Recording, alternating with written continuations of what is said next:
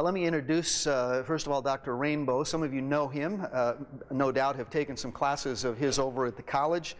He's a biology professor there at Antelope Valley College, holds a bachelor's degree in biochemistry and molecular biology from UC Santa Barbara, master's degree in education from Claremont Graduate School, PhD in molecular biology and biochemistry from UC Irvine. And he was a former creationist. He believed in the biblical account of creation, and through his study over a period of time came to believe that that was not consistent with the way things are, and has since become a proponent of evolution, and has certainly taught this, and I'm not sure if he's ever debated before in this kind of a forum, but certainly on more of an individual basis. But he is a friend of mine. We've gone to lunch several times, and I enjoy him as a person. Certainly don't agree with some of his views, but I respect him as a man, and have many interesting conversations over lunch. So I'd like for you to welcome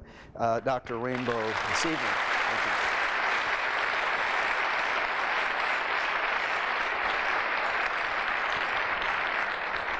Dr. Kent Hovind taught high school science for about 15 years, and then went on to get involved in this ministry that he's involved in now of teaching creation science, not only in places like this. He's debated many, many times, has written all kinds of material, tapes, videos, and all these things, and also got a PhD in education, and he speaks about 700 times a year in forums like this, and he'll speak anywhere, anytime. If he's there, he loves to keep busy, and we've enjoyed him here at this church this weekend, and I would like for you to welcome Dr. Hovind from Pensacola, Florida, if you will.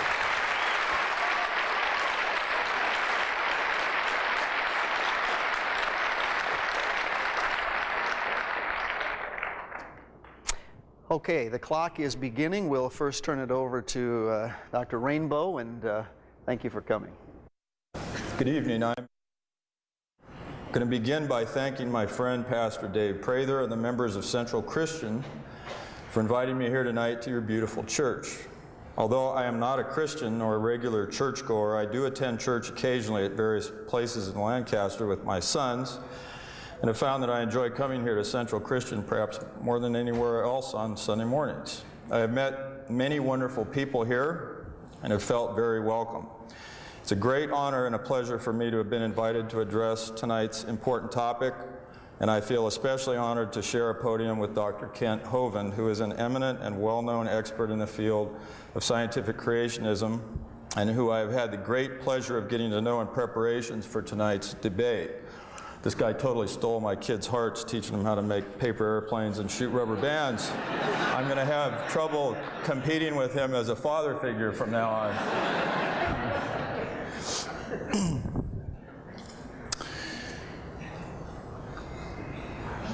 Okay, now if we can go ahead and get my, there we go. My talk tonight is called "What Scientific Evidence Is There for Evolution?" Then with a special emphasis on how to be a Christian and think properly about the theory of evolution.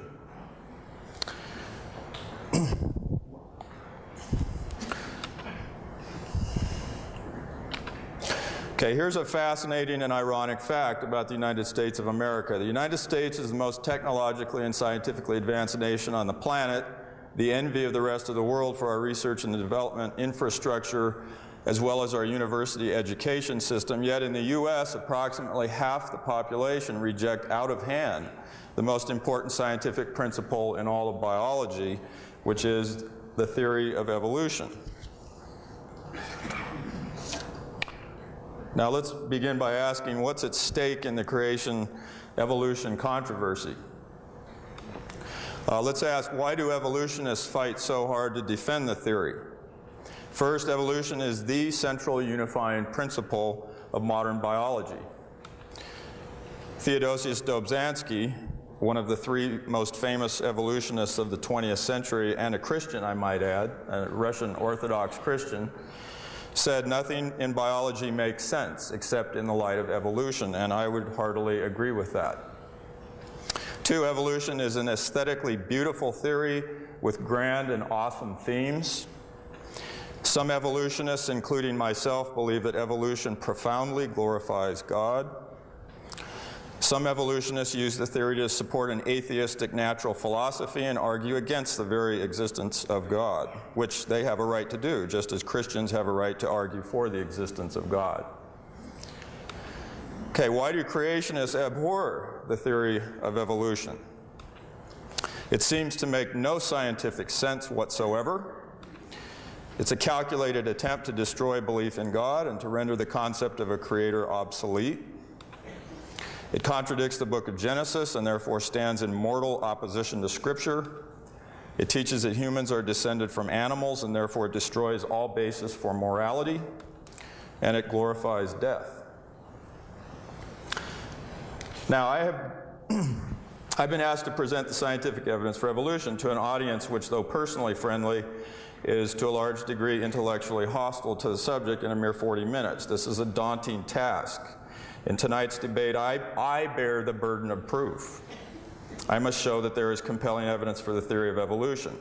I think I do a pretty good job of that every semester in my biology classes at AV College, but there I have almost 50 hours to lay the necessary background and explain the theory. My having agreed to do it tonight in a mere 40 minutes to a conceptually hostile audience borders on lunacy.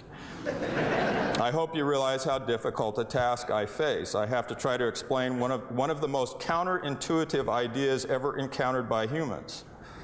The idea that physical systems of staggering complexity and design can arise spontaneously through the mere operation of the normal laws of physics and chemistry in only 40 minutes. Pray for me. Now, since I have only 40 minutes in the formal presentation, I cannot talk about everything and I cannot talk to everybody. So I have decided to talk pretty much to just one group of people, the creationists. I'm going to place myself in their frame of reference and assume that a creator of some sort does exist, which I personally suspect is true but am not sure about. I am technically an agnostic, which means I do not know if God exists. But tonight, with your permission, I will talk pretty much as if I were a full-fledged theist, since I am trying to operate tonight from within the Christian frame of reference, which I respect. So remember, I am not a Christian, but I used to be a Christian, and it is not impossible that I might become a Christian again someday. I do not want anyone to think that I'm trying to be deceptive or trying to pull the wool over people's eyes, or still worse, that I'm some sort of spirit of darkness masquerading as an angel of light. So in my talk, I will be explicitly speaking to the Christians in the audience who are creationists. All the rest of you, the evolutionists of various persuasions, the atheists, the agnostics, you're formally invited to eavesdrop in on this conversation that I will be having with the creationists.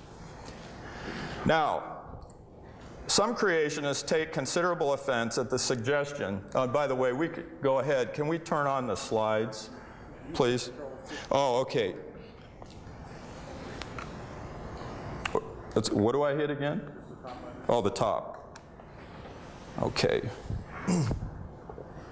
So some creationists take, by the way, I'm going to read from a prepared text because I have an extremely complex talk tonight with a lot of animations and slides, and if I get out of sync with my technology, I'm cooked, so bear with me here. So for the third time, sorry, some creationists take offense at the suggestion that humans have evolved from ape-like ancestors. Allow me now to make a rather aggressive point about that, a point which will also lead naturally into some of the necessary molecular biology that we must talk about tonight. So here's the point. If you're in some sense insulted by the idea that you are descended from animals, then you must really be insulted by Genesis 3:19, which says you are descended from dirt. Genesis says you are descended from Adam, and Adam, whose very name in Hebrew is a pun in the Hebrew on the word for clay, Adam was made from the dust of the ground, which is, let's face it, dirt. In the very earthy account of creation found in Genesis 2 and 3, it says, "Then Yahweh formed man of dust from the ground and breathed into his nostrils the breath of life, and man became a living being." So in regard to your origins, you have two options. You can embrace evolutionary theory, which says that time plus dirt equals humans. Or you can embrace a literal interpretation of Genesis 2, which says that God plus dirt equals humans. In either case, we recognize a fact common to creationism and evolutionism, which is that we are dirt. In other words, we all recognize that our bodies and the bodies of all living things, interestingly enough, are made of non-living atoms. I am a biochemist and molecular biologist by training, and I make my living by studying and teaching students about the fact that all living things are made of normal atoms which obey all the laws of physics and chemistry. From a physical point of view, our bodies are marvelous machines. Here, for example, is a computer-generated image of the atoms in a protein molecule. And then here is a similar image of the atoms in the DNA double helix. By the way, we could turn, I wouldn't mind having the lights down just a little more, Ryan. In fact, fairly dark. I'm a graphical purist here. Can we turn them down a little bit? Oh, okay. Well, can everybody see okay? All right. So it's been proven over and over through tens of thousands of controlled scientific experiments that living things are literally machines, constantly obeying all the laws of physics and chemistry. No modern educated person, including creationists, disputes this raw, intriguing fact that from a physical point of view, we are machines. The central question that Dr. Hovind and I are here to address tonight is simply this: how did these machines get here?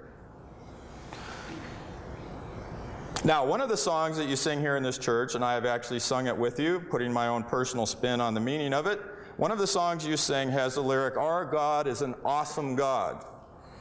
Tonight I'm going to try to expose you to an idea which, if true, means that God as the creator is even more awesome than you think.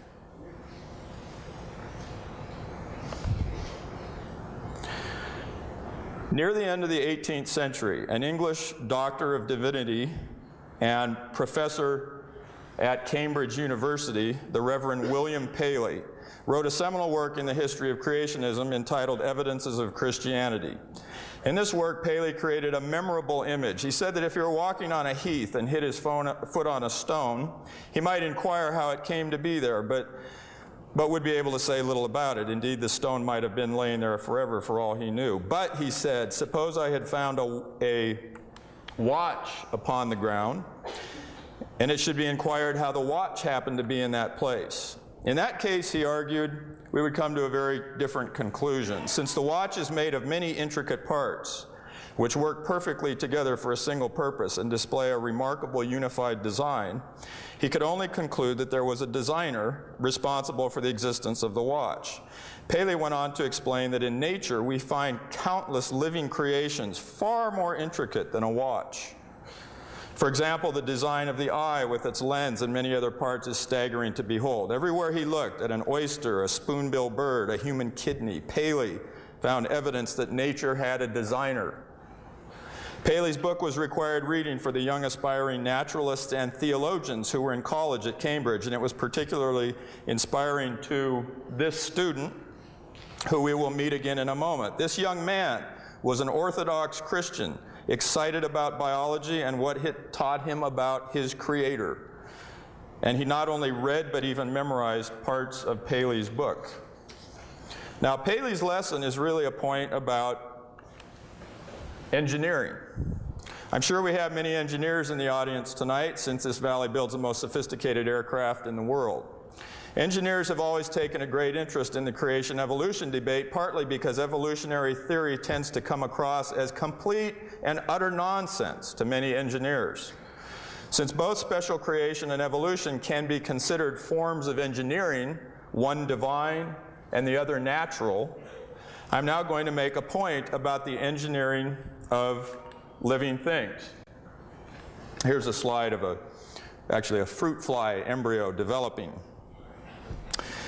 Now, we all know that whenever something is created by engineers, it always goes through 4 phases of development. The first phase is the conceptual phase, during which actual drawings and blueprints of the machine are made up, which will then guide the upcoming design phase, during which, oh, I'm sorry, I got off here. We had the conceptual phase, the design phase, drawing up blueprints and so forth, which will then guide the upcoming assembly phase, during which the device is painstakingly constructed piece by piece according to the carefully made design.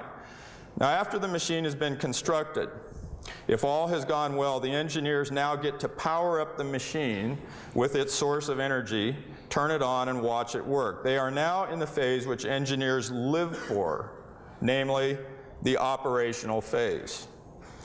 Now, in the creation of a machine, if it has been well conceived, designed, and assembled, there will always come a time when the engineer can take his hands off the machine and step back and let the machine run on its own. Think of a computer automatically running programs, rendering graphics, carrying out calculations, while its operator sits back in the chair and drinks a soda.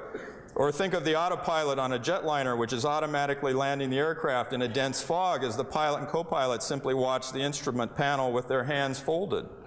Or think of a robot spot welding parts of a car on an assembly line while no human watches it at all.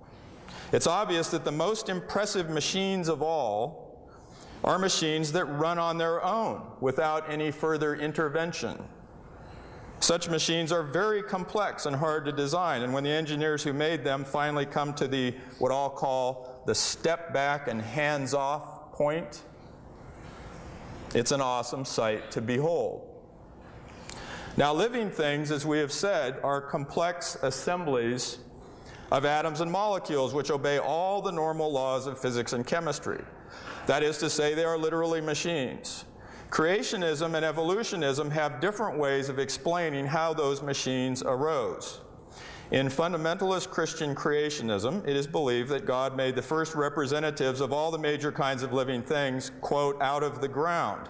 That is, from earth or clay or dirt, or whatever you prefer to call that. That is to say, God made living things piece by piece from normal atoms, including hydrogen, oxygen, nitrogen, carbon, phosphorus, sulfur, manganese, magnesium, zinc, iron, and one more, copper, that green atom right in the middle, that cytochrome C oxidase, a protein you have in your body that's literally carrying electricity in the mitochondria of your cells. It's got a copper atom in the middle, so forth and so on. So other atoms that were present in the earth contributed to this, presumably, and God presumably assembled them into fantastic arrays to make DNA double helices and beta-pleated sheets in proteins and electron transport chains in mitochondria and so forth, much like Paley's watchmaker might assemble a watch, piece by piece, from its component springs, gears, and levers. It would be an awesome sight to behold. It would have been a tremendous thing to see that happen in Genesis 2. But now consider what the theory of evolution asserts. Evolution says that atoms and molecules present in deep space and then on the primitive Earth did something radically different from what is described in Genesis 2. Over vast stretches of time, the atoms, through a process which is only partially understood, but which I will try to tell you a lot about tonight, did the astonishing thing of self-assembling into living things. I want you to think hard about this. Imagine that you knew a watch designer who was so incredibly skilled at what he did that he could design the parts of a watch, make the parts, throw them out on a table, and then step back and take his hands off, watching while the hundreds of parts of the watch put themselves together before your eyes. Wouldn't that be unbelievable? Or imagine that one day you're conversing with a friend who works at the Skunk Works, where the world's most advanced aircraft have been designed and produced. And he says to you, guess what? We just made a new type of aircraft the world has never seen before, and it's just been declassified, and I can tell you about it. You say, what is it, a new generation of stealth aircraft? And he says, yes, but that's not what is truly new about it. You say, well, what is so new about it? And he says, it's an aircraft that self-assembles from component parts. You, if you know anything at all about engineering, would look at him like he was pulling your leg. And then when you saw he was serious, your jaw would slowly start to drop to the floor because you would know he had gone insane. You know that humans cannot yet build truly complex machines that put themselves together. We can make some machines like robot welders on assembly lines that can do simple things in the assembly of other machines, but we cannot even come close to making machines that assemble themselves. But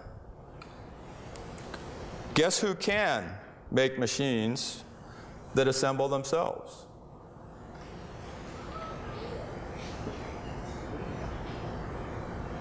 Now do you see why evolutionists get so excited about evolution?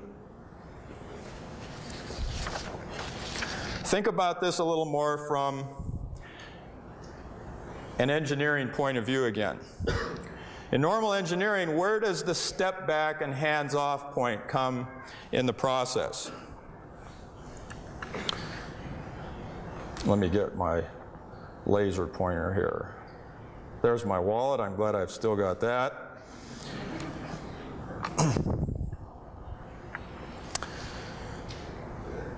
Okay, where does the step back and hands off point come in the process? The engineers have to have their minds and their hands intimately involved in the conceptual phase, the design phase, and the assembly phase. It is only during the operational phase, assuming everything goes well, that the engineers can step back and hands off. What evolutionary theory allows us to entertain as theists is the idea that Almighty God is creating life on earth, has done something that will set your mind reeling and staggering, something as high above our own engineering abilities as the heavens are high above the earth, something beyond all that we could ask or think. God has pushed the step back and hands off point, which was here, where? He's pushed the step back point into the assembly phase. This is the view of God that theistic evolutionists carry around in their heads. God as the creator is even more awesome than you think. They believe that God, with an intelligence that is nothing less than terrifying, has designed the fundamental particles of the universe and ordained the laws of quantum mechanics so that they will, over time, spontaneously self-assemble into living creatures, while he simply sits back and watches it happen. And then, after 12 billion years of cosmic evolution, when the first humans on the African savanna look up at the night sky and stare at the God, which their explosively large cerebral cortex can now sense is there, in an attitude of awe and primitive worship, and God stares right back. Let's look at another picture that helps us understand how God chooses to operate if the theory of evolution is correct. Here we have a representation of all that exists in the physical universe, which is called nature, derived from a word which conveys the meaning of being born, and from which we get other words like nativity and natal. Now, in addition to the physical universe, which is detectable with the five senses, or with extensions of our five senses, many, and I dare say most, of the people in the world believe that there is another realm of existence that cannot normally be detected with the five senses, which is beyond nature or above nature. The word for above or beyond is super. So this is the supernatural or supernatural realm. And here we see God. Now please don't laugh at my picture of God, but God has chosen to ordain certain natural laws which govern the behavior of matter and energy in the physical universe. God seems to really enjoy using natural law since virtually everything obeys God's natural laws virtually all the time. The only time things deviate from natural laws when God is doing the odd miracle here and there, like parting the Red Sea, or changing water to wine, or raising himself from the dead. Here we see just a few examples of famous natural laws expressed as equations, such as, we've got Newton's second law of motion, Einstein's relativity relationship, Newton's law of universal gravitation. Here we have Boltzmann's definition of entropy, mass action expression from chemistry, which governs equilibrium in chemical reactions. This a partial derivative here is Le Chatelier's principle from chemistry. And then at the bottom, ds is greater than 0 is the second law of thermodynamics. Now, we could write dozens of major natural laws that have been discovered so far by humans in various fields of the physical and biological sciences. These statements of natural law are the ultimate triumphs and trophies of the scientific endeavor. And I think there's little doubt in this room tonight that God enjoys watching as humans discover his natural laws through scientific endeavor. He has seen to it that humans have powerful, incisive brains which can ask questions, design experiments, and use the scientific method to unravel the secrets of the universe. Every time humans discover a new law or a new principle or a new galaxy or a new fundamental particle, I suspect God is extraordinarily delighted. Over about 150 years of intense research, scientists using the brains that God caused to evolve have by now, in the year 2003, developed a fairly extensive explanation of how living things self-assemble through nothing more than the operation of God's natural laws. I'm going to say that again. We now understand, not completely, but pretty well, how living organisms arise through a self-assembly process which is being driven by nothing other than a free-running operation of God's natural laws. I call the process God's automatic creature-generating machine. A good teacher will invent flashy names for things, so there it is. How many people here would be willing to, now I don't want to have a loud conversation with 2,000 people, but how many people here would be willing to try to learn from a person who has some expertise on the subject how God's creature-generating machine works? Can I see a show of hands? Who'd be willing to learn something about that? Okay. Who would not be willing to learn something about that? Anybody? Oh yeah, right here. Oh, okay. Someone is closed-minded and admits it. I applaud your candidness. Now, some of you may still be reticent to let me in, even for a trial run on evolution. You may be wondering if you will lose your faith if you even so much as entertain evolution. So maybe this will help a little. Can someone be both a Christian and an evolutionist at the same time? Of course they can. Two of the most famous evolutionists of all time were Christians.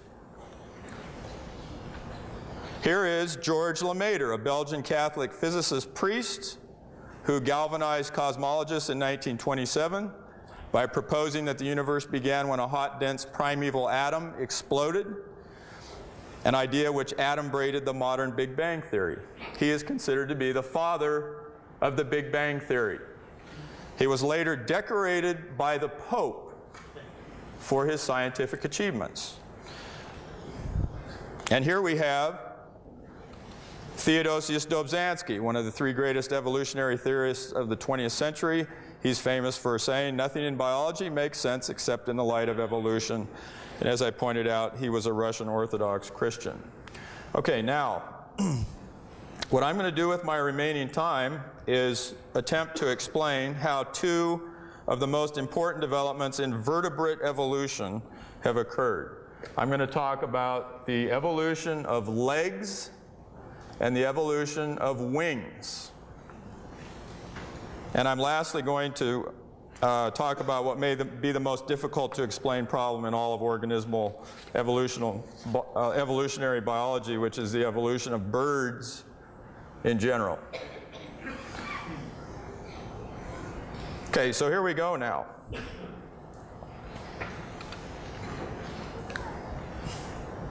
What do we mean when we say that living things have evolved? We mean that all living things are genetically related through a process of what Darwin called descent with modification from common ancestors.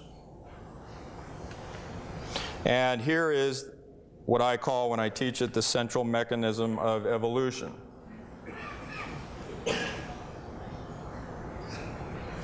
All right, here's how evolution works. This is God's automatic creature-making machine.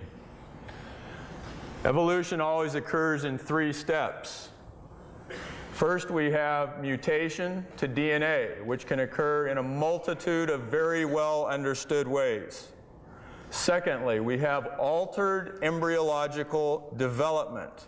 It alters the way the organism develops as an embryo, right here, represented by these arrows. And the third step is always what Charles Darwin discovered, natural selection, where an environmental scenario must exist which naturally selects for, or at least does not select against, the new phenotype.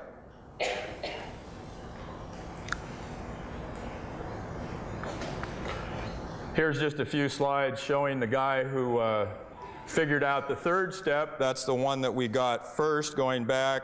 Historically, natural selection was figured out first. Voyage of the Beagle in 1831, Darwin sailed around the world, and then upon his return got married, had many children, and proceeded in 1859 to publish one of the most famous works in the entire history of science on the origin of species. Okay, the second part of the central mechanism that was discovered was mutation to DNA, discovery of the double helix, principles of genetics in the first part of the century by people like Thomas Hunt Morgan and so forth. That was what was worked out next, and it's only extremely recently, it's really only since 1984, that we have even begun to understand the third middle step. This is the one that we've never been able to explain until now. And this is why creationists' objections to the theory are entirely reasonable. Up to this point in time, I would say. So would you like to see so here's a picture of an embryo developing. And the third step, altered development, now being unraveled by many, many scientists around the world. A couple things that you need to understand. One of my goals here is to help explain the theory itself. It's my contention that most creationists reject the theory because they don't really understand the theory. I would reject it too if I understood it the way creationists do. I really would, and I don't mean that as an insult. I used to be a creationist. I literally applaud you as creationists for not accepting the theory as you understand it. You've done a rational, reasonable thing. You've displayed your intelligence by doing that, as has Dr. Hovind, who's an extremely intelligent man, and he's probably going to steamroll over me in the rest of this debate.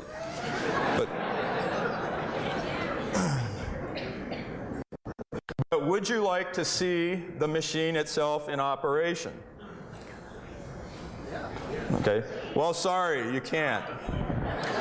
Because the evolution machine operates continuously and seamlessly all around the planet, in every nook and cranny of the Earth's multitudinous environments, and it is also constantly operating genetically on the molecular and biochemical level inside the living cells of all the world's organisms. The machine is way too complicated to see in the true sense of the word. But you know what? I have created a special graphic which provides a simplified, highly schematic picture of the machine in operation. And I call it an evolutionary phase space diagram. Now let me catch up here. What this is going to explain, what this explains is the evolution of legs. We're trying to explain how you go from a lobe-finned fish here to an early amphibian. Lobe-finned fish here, going down, see his little legs there. I really wish it was darker in here. Can we just turn the lights down a little bit? Okay, and we have a pretty good explanation, we think, of how this happened. We think that legs evolved underwater first, not on land.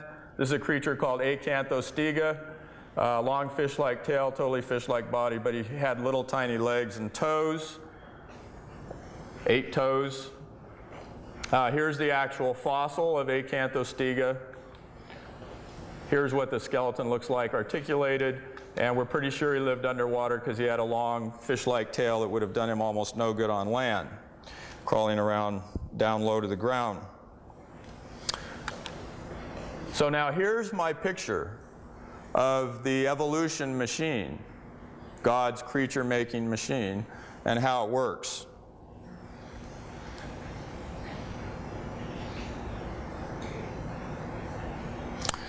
Okay, so here's what's going on in this machine. Now, I know this is really small for most of you, but we'll do the best. I'm doing the best I can. What we have, this is a multivariable graph. That is not a valley, okay? It looks like a valley. It's not a valley. This is a three-dimensional graph in what I call phase space, evolutionary phase space, showing the, how the machine creates organisms automatically. Here on this axis, we have the phenotypic axis. This is what the animals are like. Here we have the environmental axis, going in this case from water to land, deep ocean, coral reef, tide pool, shoreline, dry land.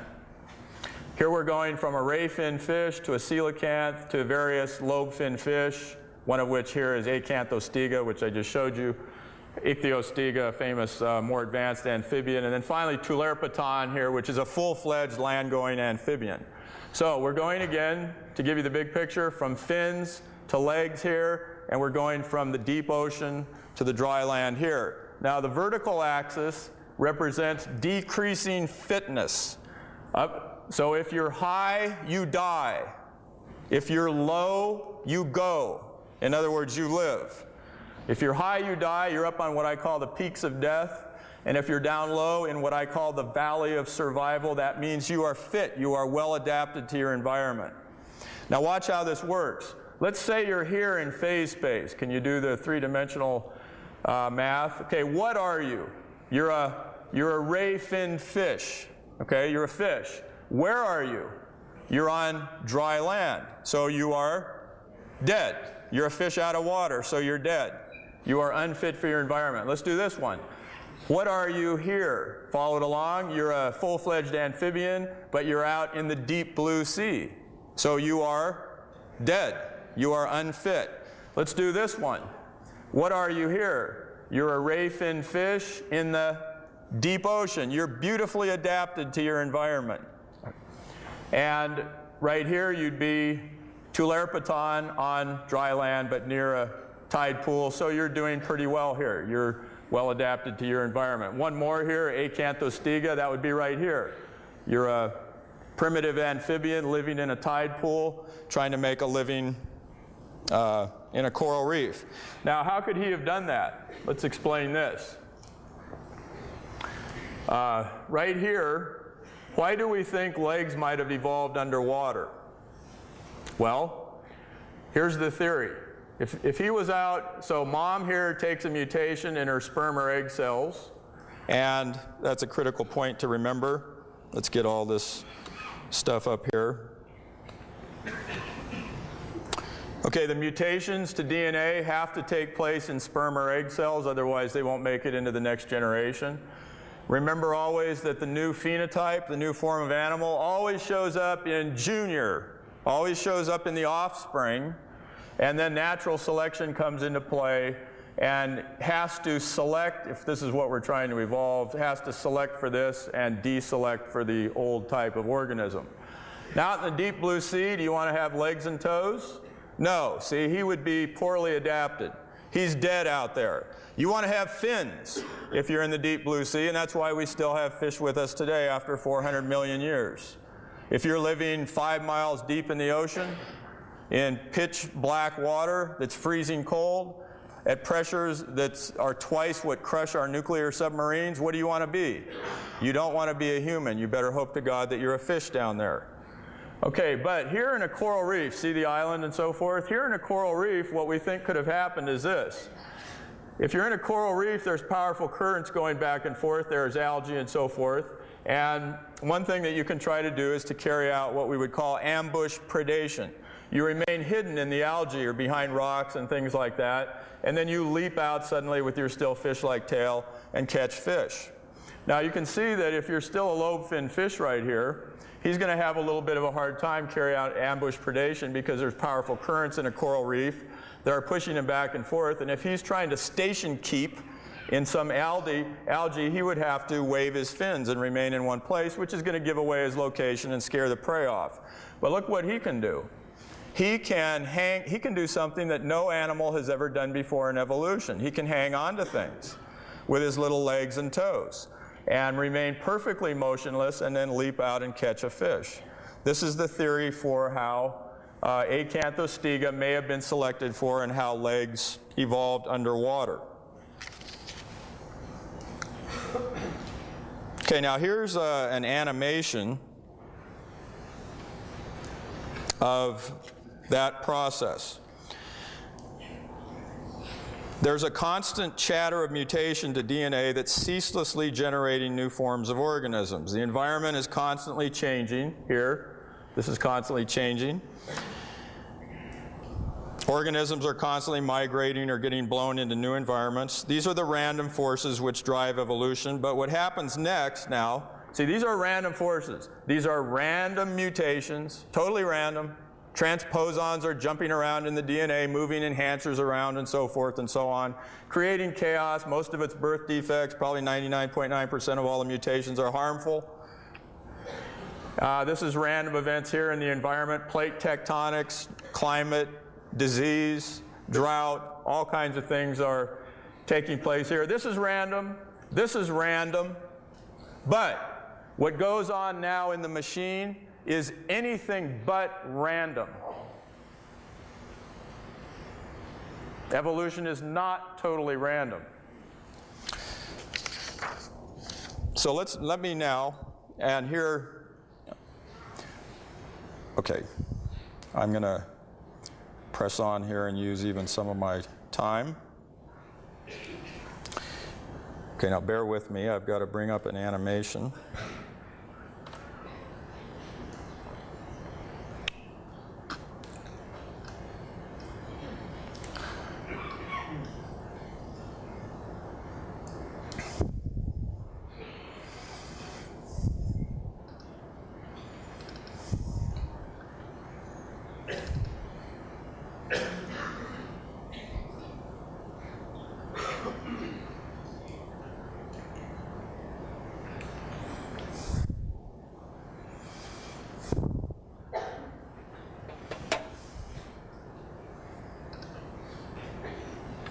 Okay, we'll try to put this on the whole screen.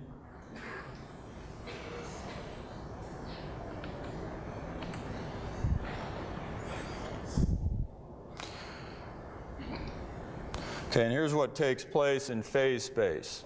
Each little dot represents a species or an individual, either one.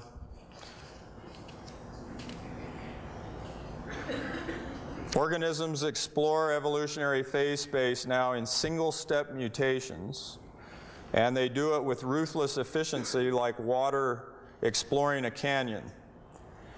So what's happening here is that we start off here with a fish in the deep blue sea, mutations take place, and then you go to the next phase here in the Valley of Survival. And now the numbers, since they're beautifully adapted, they build up. See, they build up in number there. So now you've got more of these guys, lobe-finned fish. They build up. And then there are so many of them. There might be 10 million, 100 million lobe-finned fish in the Pacific or something like that. And now you can do calculations and show that the probability of the next step, the probability of moving the right enhancer in front of the right homeotic homeobox gene or whatever, is not only possible, but it's inevitable. You can prove that it's inevitable that the next mutation will take place. And so now you get the next, you start to invade the next locus. The little yellow arrows represent mutations. So see, it just keeps building up, next mutation, building up, next mutation, building up, next mutation. And so the organisms are tracking or coursing their way through evolutionary phase space like water through a canyon. So what you want to think about as you look at this image is picture all these random events, the changes to the environment and changes to the phenotypes of organisms as being kind of like a constant rain falling down on this whole phase space diagram. And just as rain would be channeled down into the channel or the valley and flow along in a similar way, you see how natural selection, which is anything but random, channels the mutations very efficiently through phase space. Once in a while you have a few organisms, see a few dots up here in the valleys, the foothills. They're just barely making it up there. They're not very well adapted. They don't survive very well. And up here in the taller mountains, nothing makes it up there.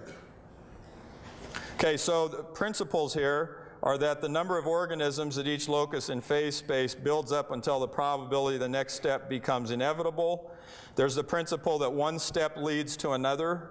By many small steps you can climb a mountain, and by many small steps a dramatic change in organisms can occur over evolutionary time. Notice that evolution leaves behind what I call a trail of ancestors. See, look at that trail of all the ancestors that are still there, still beautifully adapted to their respective environments.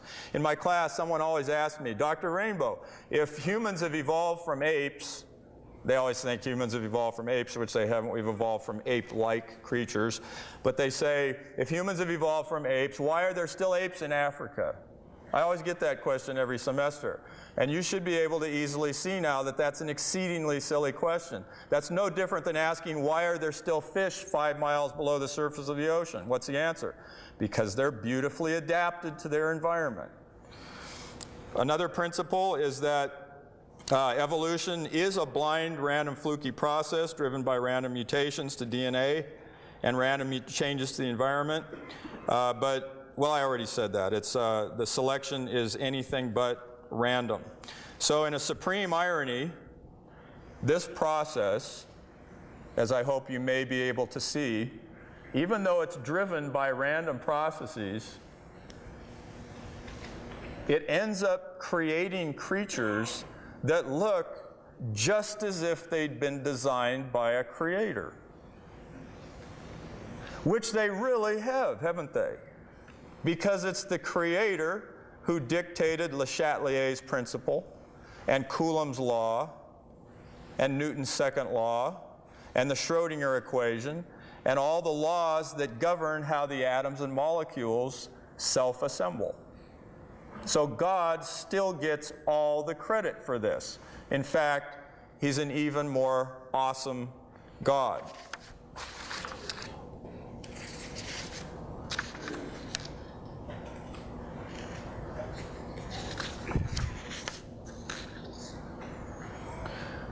Now, let me take stock of where I am.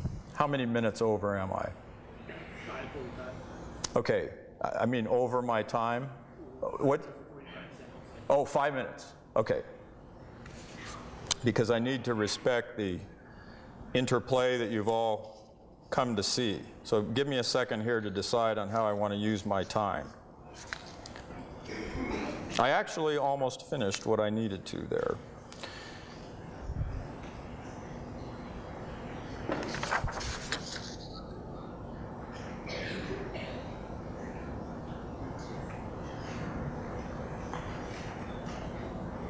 Okay, what I'm going to do is simply make one last titanically important point about evolution. Now, what is it that you're all wondering the most about? This all makes a lot of sense. We know that this happens. Creationists freely admit that evolution takes place. They would say, however, that only microevolution can take place. I have no doubt at all that Dr. Hovind would agree with the fundamental essence of this picture, but he would say that you can only get small changes to organisms, like changing one insect into a different color or something like that. That's called microevolution. What you're wondering is, can you really go from things like a fish to an amphibian? Can you get big time evolution, big changes, big dramatic changes, which is called macroevolution? And what I'm going to do here is try to explain the results of the field that I at least like to think of as my specialty, and which is called EVO-DEVO, or evolutionary developmental biology. And I'm going to show you some animations that show how you can create radically new forms of organisms incredibly easily. All right, so I need to close this and open up this one. Okay, this is an animation I use in my class.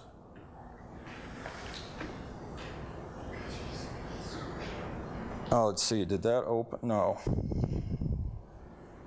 Okay.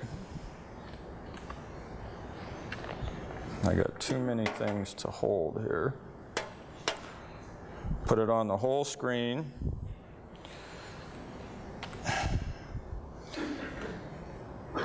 Okay, living things are made of cells.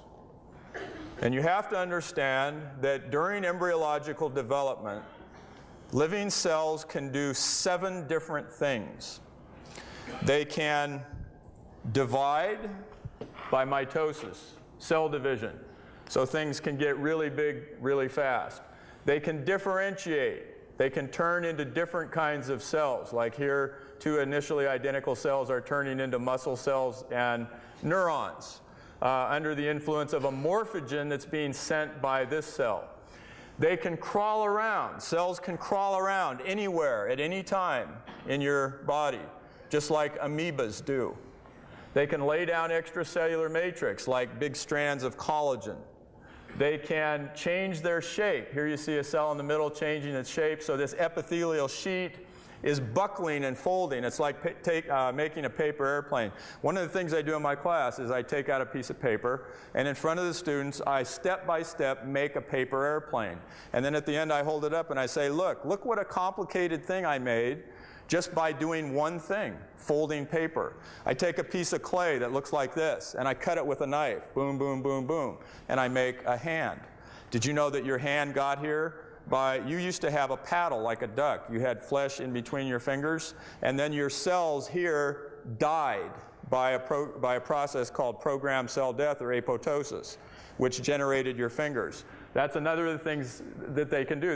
Cells can commit suicide at any time. And they can attach together or break apart at any time by expressing cell adhesion molecules. So, with these facts in mind,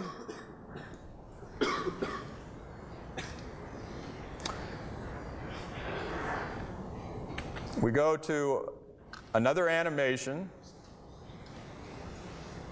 which I call infinite outcomes animation.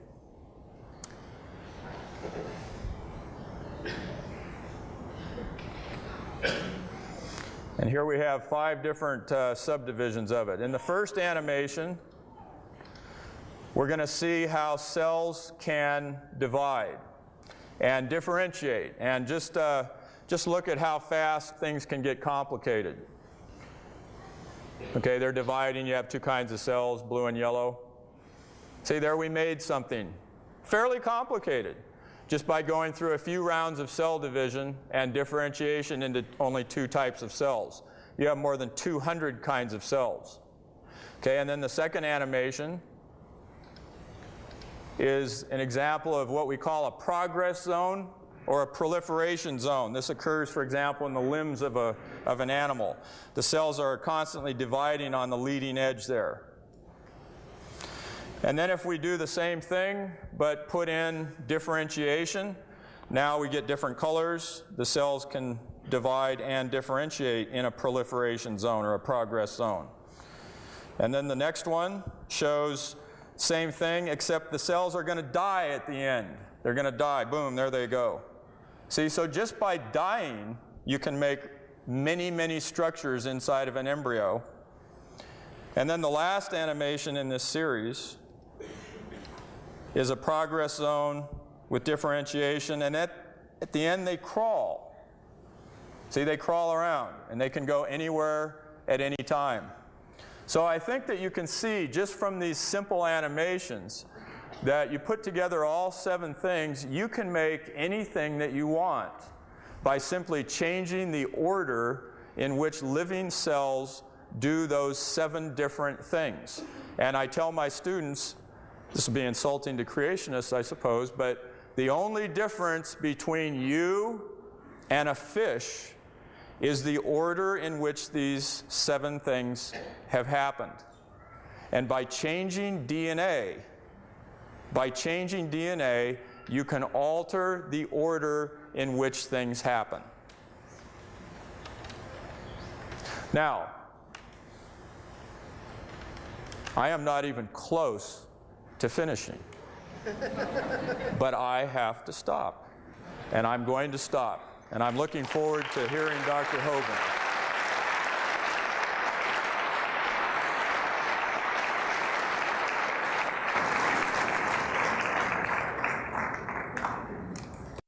Well, thank you so much for coming. This place is jammed. I don't know how many are in the hallway, but we have a lot of folks here tonight. It's an honor to be here. My name is Kent Hovind. I taught high school science 15 years, and now I travel and do seminars on creation, evolution, and dinosaurs. And I take the position the Bible is literally true and scientifically accurate. God made everything in 6 literal 24-hour days, and the evolution theory currently being taught in our schools is one of the dumbest and most dangerous religions in the history of humanity. That's my take on it, okay? Now, people are welcome to believe all that stuff, but I don't think they should teach it at taxpayers' expense in public schools. That ought to be taught in private schools at, personal expense. Okay, this, not my wife, just a picture. I have 3 kids, all married, and the dog died, so I made it. I'm home free. It's wonderful. And we have 2 grandkids and hopefully 20 more coming. It's great.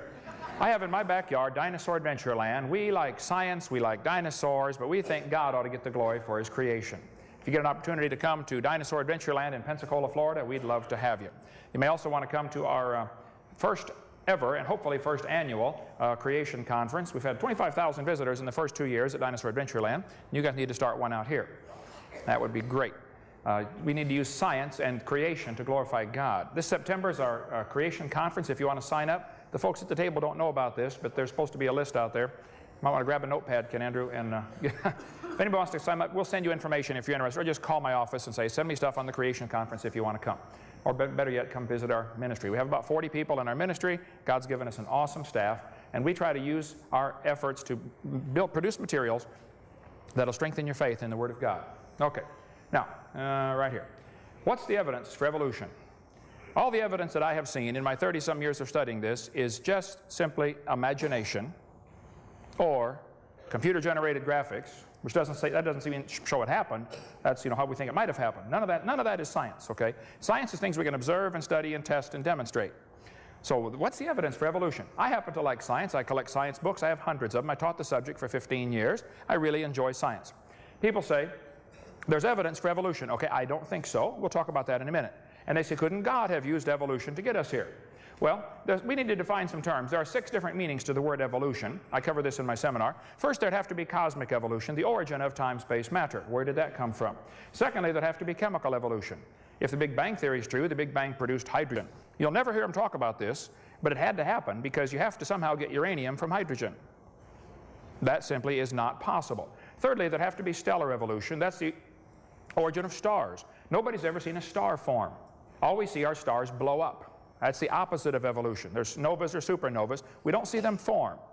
One professor I debated said, we're seeing a star form right now in Crab Nebula. I said, no, you're not. You're seeing a spot get brighter. And you're assuming it's a star forming. It could be the dust is clearing. There's already a star behind it. You don't know any stars are forming. What we do know, there's a lot of stars out there. There's enough that everybody on Earth can own 11 trillion of them to yourself. We've never seen one star form. So, fourthly, we have what's called organic evolution, the origin of life. The evolutionist has a serious problem with this one, going from non-living material to living organisms. Now, Dr. Rainbow and I talked before this debate, and we agreed we would only limit this discussion to, once life begins, how did it evolve? Okay, and that's what we're going to talk about. I don't think there's any evidence for that either. But I think skipping the first 4 steps would be fatal for students to realize, to not realize these are essential steps the evolutionist is simply trying to avoid, because they don't have an answer for any of those. Lastly, or fifthly, we have what's called macroevolution. This is where an animal changes to a different kind of animal. Nobody has ever observed any of this. We never see a dog produce a non-dog. You may get a big dog or a little dog, but you're going to get a dog, and there are limits to these changes. Okay? You're never going to get a dog as big as Texas or a dog as small as a flea. There are limits. Sure, there are changes, but there are limits. And the further you get from the norm, the more problems you have. You start having hip dysplasia and disease resistance goes down and stuff like that. So the normal average generic mutt is probably where it started. And now all these special breeds we've created, like the Chihuahua, definitely swimming in the shallow end of the gene pool, are certainly basically useless in my book. But every kid knows that a dog, a wolf, and a coyote are the same kind of animal. We do this in churches. I'll get a 5-year-old kid, and I'll say, which one of these is different, boys and girls? The dog, the wolf, the coyote, or the banana? They pick it out almost every time. One kid said, the boy, and well, it's the banana. Okay. The Bible says the animals will bring forth after their kind. Now, Charlie Darwin wrote a book called The Origin of Species. The argument is not about the origin of species. The argument's about the origin of kinds. I'm not sure who's deciding when a new species has been created or not. You know, a dog and a wolf are different species, but they're obviously the same kind of animal. I'd like to meet the guy who's making the decision. This is a new species, okay? It's still the same kind. Lastly, we have what's called microevolution. I don't like the term. I think it's confusing. We should just call it a variation within the kind. But whatever you call it, number 6 happens. That one I agree with. All the first 5 are purely imagination. Students have to be taught to believe in these by computer animations or, pictures of how it might have happened. It all takes place in the imagination. It never takes place in reality. People say, couldn't God use evolution to get us here? Well, that depends what you mean by God. The God that would use evolution is cruel, wasteful, stupid. He's deceitful. He's not the God of the Bible, that's for sure. It's not in the character of God to use misfits, blind chance, and death. My God gets it right first time. Doesn't have to practice, okay? Jacques Monod, a Nobel Prize winner, said, natural selection is the blindest, most cruel way of evolving new species and more complex and refined organisms. The struggle for life and elimination of the weakest is a horrible process against which the whole modern ethics revolts. An ideal society is a non-selective society, one where the weak is protected, which is exactly the opposite of the reverse of the so-called natural law. I'm surprised that a Christian would defend the idea that this is the process which God more or less set up in order to have evolution. I'm surprised also that Christians try to blend evolution with creation. David Hull, Northwest University, said, whatever the God implied by evolutionary theory and the data of natural selection may be like, he is not the Protestant God of waste not, want not. He is also not a loving God who cares about his productions. He is not even the awful God portrayed in the book of Job. The God of Galapagos is careless, wasteful, indifferent, almost diabolical. He is certainly not the sort of God to whom anyone would be inclined to pray. Charlie Darwin said in his book, thus from the war of nature and famine and the death, the most exalted object we're capable of conceiving, the production of higher animals follows. Evolution is a religion of death and struggle and cruelty. It is not compatible with the Scriptures. My Bible says God's work is perfect. He made it right first time. The God that would use evolution is deceitful. It's not the God of the Bible. There's no evidence for evolution anyway. The Bible says God formed the world by His Word. He spoke it into existence. He did it in 6 days. He told us clearly how He did it. He didn't use millions of years to get here. I think it'd be a retarded God that can't make it right first time. I wouldn't worship a God like that. Okay? It nullifies the need for the death of Christ by having God use this evolutionary process, and there is no evidence for evolution. So why would we compromise a perfectly good Bible, which has never been proven wrong, with a dumb theory that has never been proven right? I see no reason to compromise in this war. Okay. Are they the same? No, the Bible and evolution are absolutely backwards in every respect.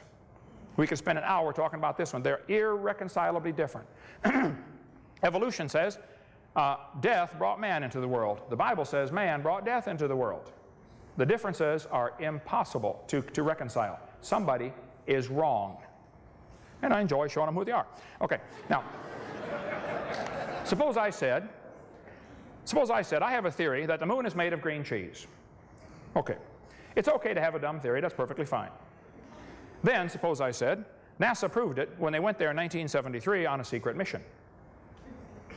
Well, it's okay to have a dumb theory, but it's not okay to use lies to support my theory, right? It's even worse to use tax dollars to get paid while I lie to support my theory. So if there's evidence for evolution, I really want to see it. The textbook says you're an animal and share a common heritage with earthworms. This is ludicrous, okay? If you want to believe your great-great-grandpa was a worm, you go ahead and believe that, but don't use my tax dollars to teach that to my kids, okay? You go teach that to your kids at your religious school. Now, they say they have evidence for evolution. They say they have evidence from fossils. I'm telling you, folks, in a court of law, fossils wouldn't hold up 1 second as evidence. You bring in your bones and say, these bones are the ancestors of us today. They're going to laugh at you and say, Your Honor, he can't prove those bones had any kids. He sure can't prove they had different kids.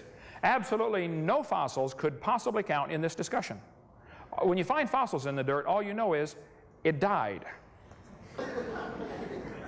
So don't tell me fossils are evidence for evolution. They talk about the fossil record. I say, hold it, first place, there is no fossil record. There are a bunch of bones in the dirt. It's not a record, okay? There aren't dates on them.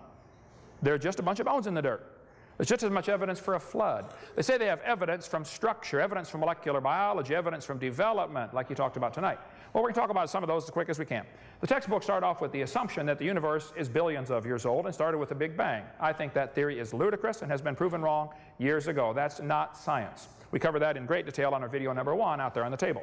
If you want to get one of those. There's not many left, sorry about that. But they tell the kids that radioactive dating proves things are millions of years old. That is also not evidence for evolution.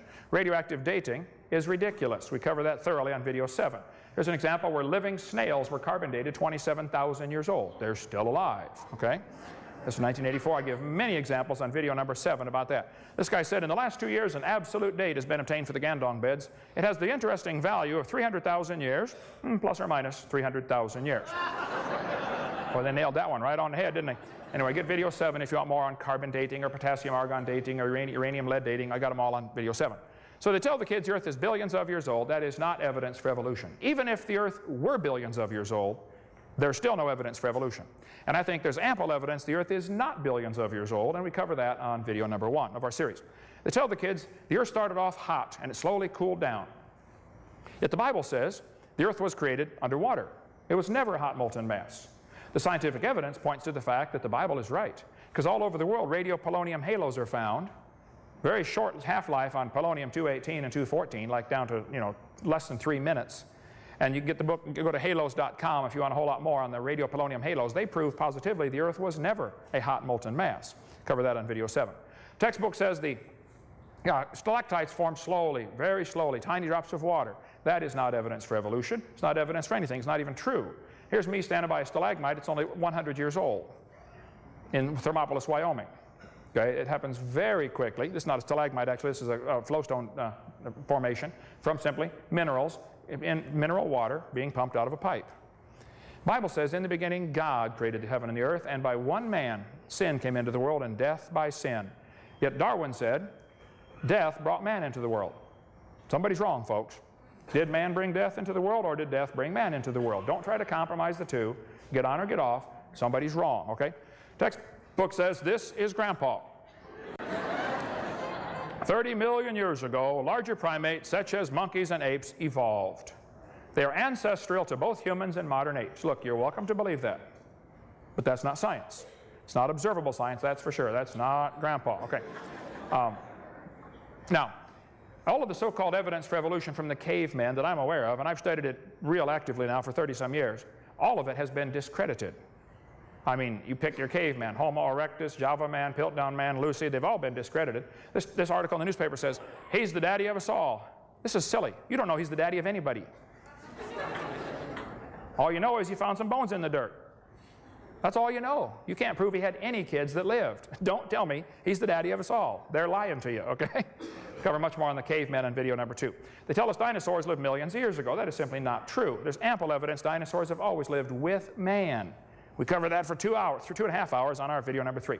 Textbook says the Colorado River cut the Grand Canyon slowly over millions of years. That's ludicrous. The top of Grand Canyon's higher than both ends. Rivers don't flow uphill.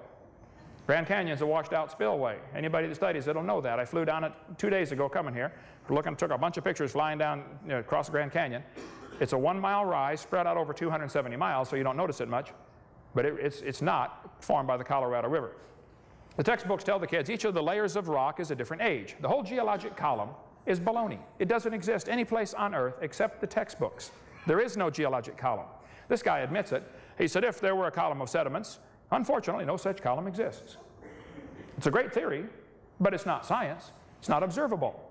You can have all the theories you want, but where's the beef? Where's the evidence, okay? All over the world, petrified trees are found standing up, connecting these layers. Now here they are telling us these layers are different ages, and yet we got petrified trees connecting them. They're not different ages, folks. They all formed in one big flood in the days of Noah. We cover that on video number 4 about the geologic column. Okay, textbook says the Devonian period is characterized by the lobe-finned fish, like we heard about tonight. Well, they say this is proof of evolution, that it slowly evolved from fish to amphibians, reptiles, mammals. Just memorize the word farm and you got it. F-A-R-M, fish, amphibians, reptiles, mammals. This is what they imagine it might have happened like, but it is pure imagination. And the lobe-finned fish are still very much alive. When they found the coelacanth swimming around the Indian Ocean back in 1938, they brought one into the scientists and they said, wow, look at this. They survived for 300 million years. Never dawned on them one time to question the theory, because the theory is sacred. The evidence must fit the theory. Now, see the way science is supposed to work. You get a theory, you check the evidence. If the evidence says, nope, the theory's not right, you throw the theory away. You get a new theory. That's the way it's supposed to work.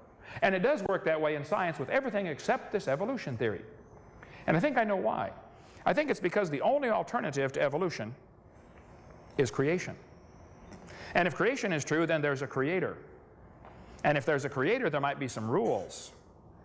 You mean like thou shalt not? Ooh, we don't want those rules, so we're going to deny the creator. That's really what it boils down to in every instance. The lobe-finned fish is still alive. The textbooks tell the kids you can tell the evidence for evolution because of the similar four-limb structures. This one says these homologous structures provide evidence that these animals evolved from a common ancestor. And they show the 2 bones in the wrist of all kinds of different animals. This is silly. This textbook says comparative anatomy provides further evidence of evolution. The commonality suggests these and other vertebrate animals are all related. They probably evolved from a common ancestor. That is ludicrous. They probably have a common designer is why they're similar. The different bones develop from different genes on the chromosomes. And even if they were coming from the same genes on the chromosomes and they're not, that still wouldn't be evidence for evolution. It could be evidence for a common designer. And they're so complex, complex things don't happen automatically. Somebody has to create them. You know, doing an imagination, a computer animation of how it might have happened, that's not science. That's imagination. The lug nuts from a Pontiac will fit on a Chevy. You go try it. They will. That proves they both evolved from a Honda 14 million years ago. No, that proves the same guys are making them, okay? It's common designer. Textbooks are going to tell your kids that the peppered moth is evidence for evolution. This was proven wrong years ago. The peppered moth, according to the story, had dark babies and light babies, but on the light-colored trees, the light ones blended in better, and the dark ones got eaten more. And then when they burned coal in the factories, the trees turned dark, and the dark ones blended in better, and the light ones got eaten. And so they say the population ratio shifted from 95% light to 95% dark. Well, the problem is the whole story is baloney. It didn't happen. They glued dead moths on the tree to take that picture for your kid's textbook. After 40 years of watching, they found 2 moths on the trees. 2 in 40 years. What's 95% of 2? So if you have evidence for evolution, I really want to see it. However, the peppered moth is not evidence for evolution. Even if the story were true, all they had was a shift in the population ratio. That's proof of a designer giving his creatures the ability to produce a variety of offspring so some will always survive. That's still evidence for creation, if the story were true, not evidence for evolution. The idea of the embryo having gill slits has been proven wrong years ago. This textbook says the presence of fish-like structures in embryos of different species shows these animals have evolved from fish and share the basic pattern of fish development. This is simply not true. They say it has gills like a fish. Just because the skin is wrinkled up, I got the same wrinkles in my elbow and behind my knee. It doesn't prove a thing. You got wrinkles. Some of you got a lot of wrinkles on your body, actually. But what does that prove? Okay, I'm getting them too. All right. Now, the textbook, though, says the presence of gills and tails is evidence of a common ancestor. This is not true. This junior high textbook says the similarities provide evidence that these 3 animals evolved from a common ancestor. Again, talking about the gill slits. This has been proven wrong years ago. 1875 it was proven wrong. It's not true. This textbook says humans and fish embryos resemble each other because humans and fish share a common ancestor. Now look, I don't mind if somebody wants to believe that. But I resent paying for that to go into a textbook, and that's the only answer the kid's given. I further resent them cutting down a perfectly good tree to print that. Okay? And we need Al Gore on this one. Okay. Those little folds of skin develop into bones in the ear and glands in the throat. They never have anything to do with breathing. Just because the skin is wrinkled up doesn't mean it's gills, or even it's partly gills, or even it's related to gills. I've seen people with a bunch of chins and they can't breathe through any of them but the top one. Okay? Ernst Haeckel faked his drawings in 1869 to make people believe this evolution theory. He admitted he lied in 1875 when his own university held a trial. He was convicted of fraud. On top are Haeckel's drawings. Underneath are the actual photographs of those creatures he claimed he's drawing a picture of. The drawings are simply fraudulent. They're lies. There's no kind way to say it. They're lies. Get them out of the textbook. They tell the kids in school the appendix is evidence of evolution because your appendix is smaller than a horse's. Well, we don't eat as much, green vegetables as horses eat. Maybe they don't dig up as much junk as they do in eating off the ground. But the fact is, you do have a smaller appendix than a horse. So what? That's all you need. The appendix, they'll say it's vestigial. It's not vestigial. You need your appendix, okay? If your appendix is taken out, you shorten your lifespan, I believe, by about 8 years. You got a much better chance of getting a lot of diseases. The appendix is where part of the immune system responses are initiated. They've known that for years. It's not vestigial. This textbook tells the kids one of the evidences for evolution is the whale's vestigial pelvis. Many organisms retain traces of their evolutionary history. For example, the whale retains pelvic and leg bones as useless vestiges. This is baloney. They say the whale has a vestigial pelvis and leg bone that serve no purpose. Just imagine whales walking around. It's true. That's not true. Here's from Los Angeles Museum. Those are the bones they're talking about right there. Just imagine the whale walking around. Actually, this is a lie. Those bones are used in reproduction. The whales are pretty big, and those little bones have special muscles that attach to them that allow the whales to reproduce. It has nothing to do with walking on land. This is not evidence for evolution. This is evidence for design. Okay? In our museum in Florida, we have a 15.5-foot python snake skin. Down at the south end of that skin, you can see little claws that are attached to little bitty bones going up inside the snake's body. The textbook says these are rudimentary hind legs of a python snake. This is not true. Those little claws are used in mating. The snake can't talk. He can't say screwed over. Okay? This has nothing to do with walking on land. It has to do with getting baby snakes. So, if you have evidence for evolution, I'd like to see it, but that's not evidence for evolution. Okay? This guy says the humans have a tailbone that is of no apparent use. The vestigial tailbone in humans is homologous to the functional tail of other primates. Thus, vestigial structures can be viewed as evidence for evolution. Organisms having vestigial structures probably share a common ancestry. Well, look, you're welcome to believe that, but it's not true, okay? The tailbone's not vestigial. You need your tailbone.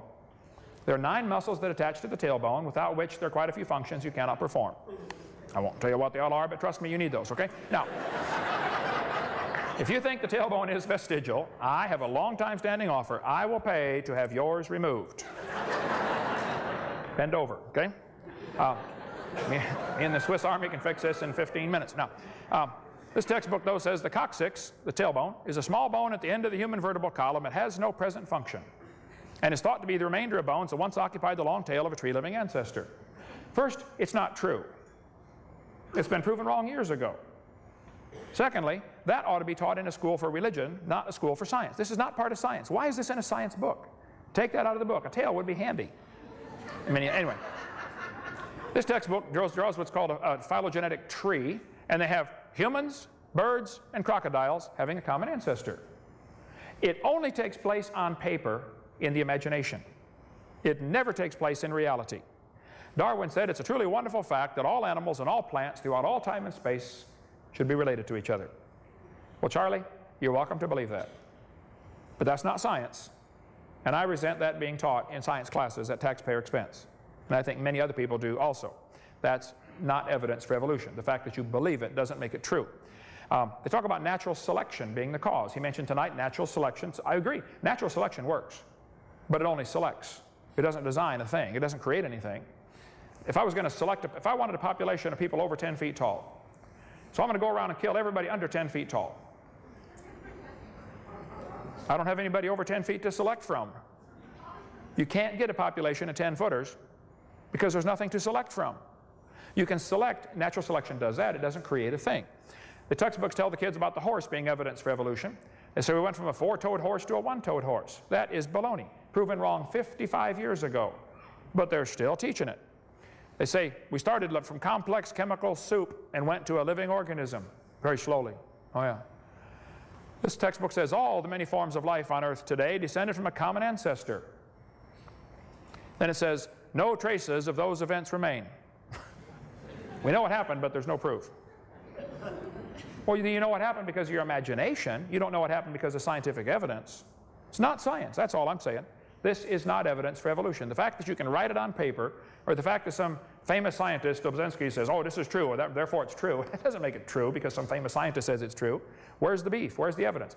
And they talk about a simple single-celled organism. Single-celled organisms are not simple, folks. One paramecium is more complex than a space shuttle.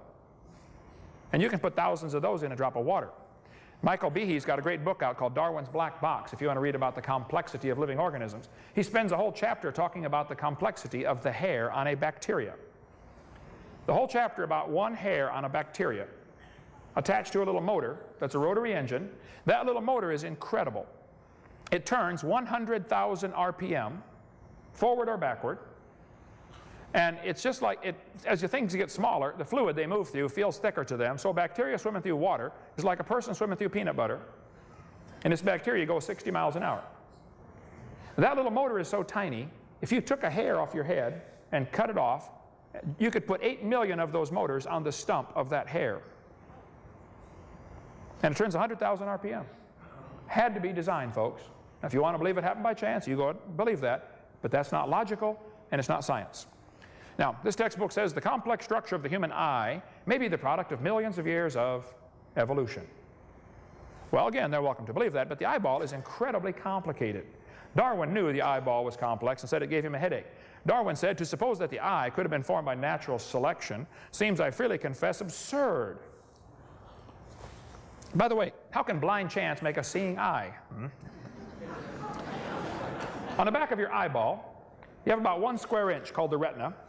In that 1 square inch, there are 137 million light-sensitive cells, all of them wired to the brain. I've done quite a bit of building in my life. I've hooked up quite a few electrical wires. Can you imagine wiring an eye with 137 million connections in 1 square inch? My Heavenly Father did it.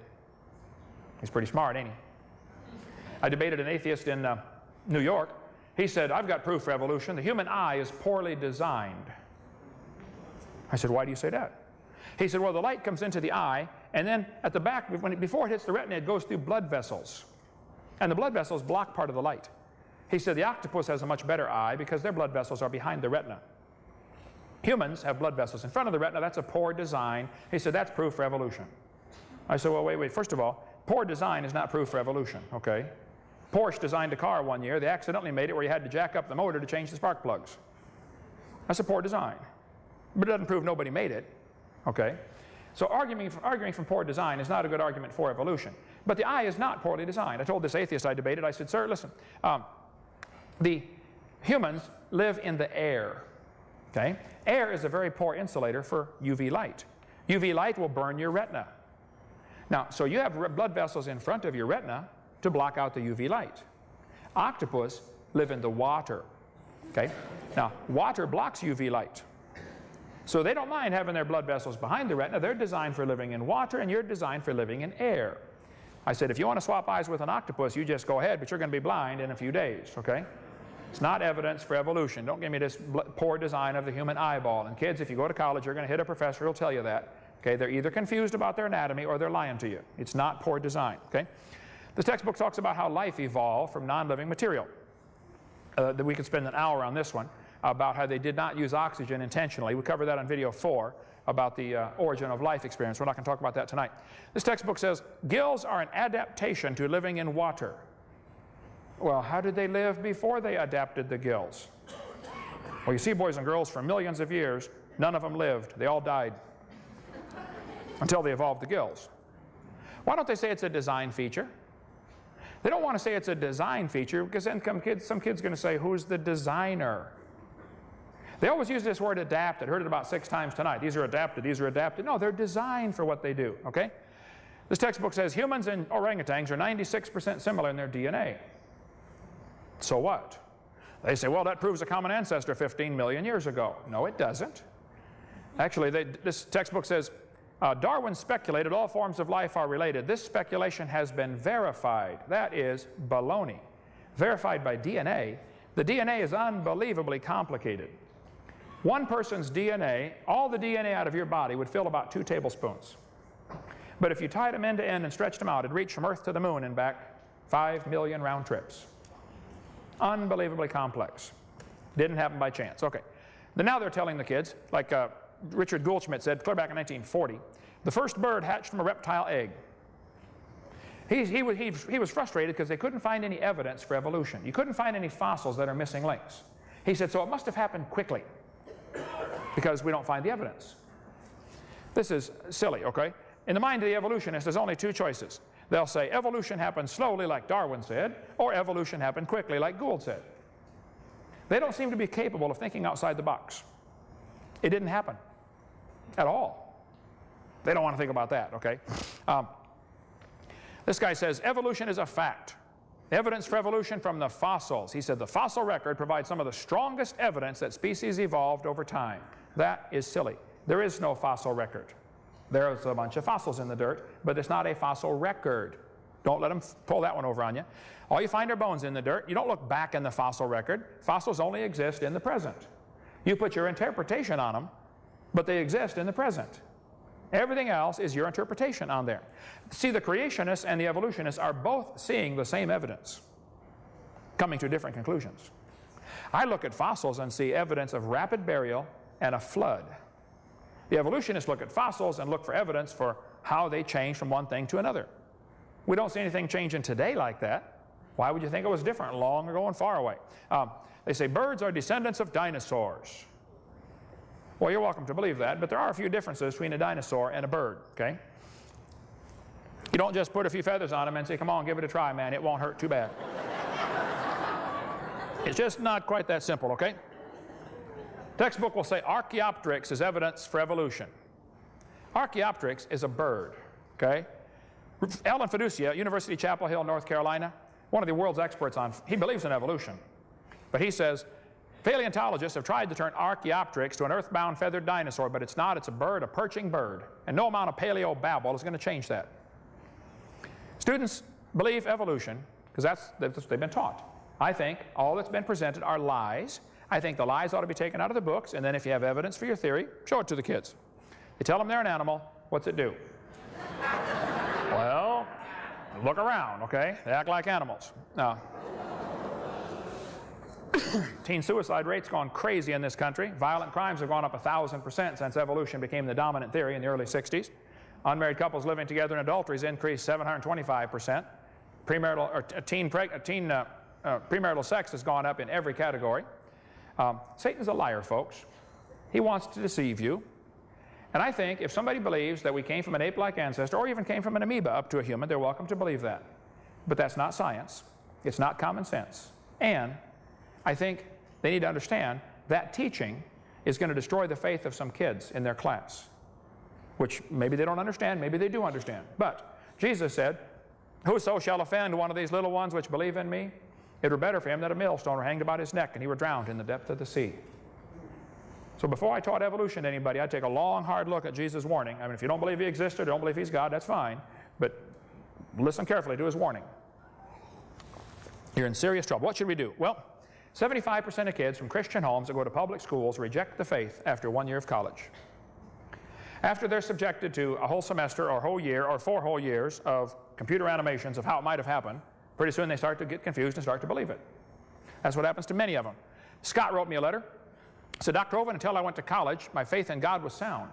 But my college history class helped destroy that faith. Folks, evolution's not just in science class. It's in history, English, math, every class, okay? Scott said, I started to doubt the Bible and God's Word, even started to doubt Jesus was truly God's Son and that he died and rose for my sins.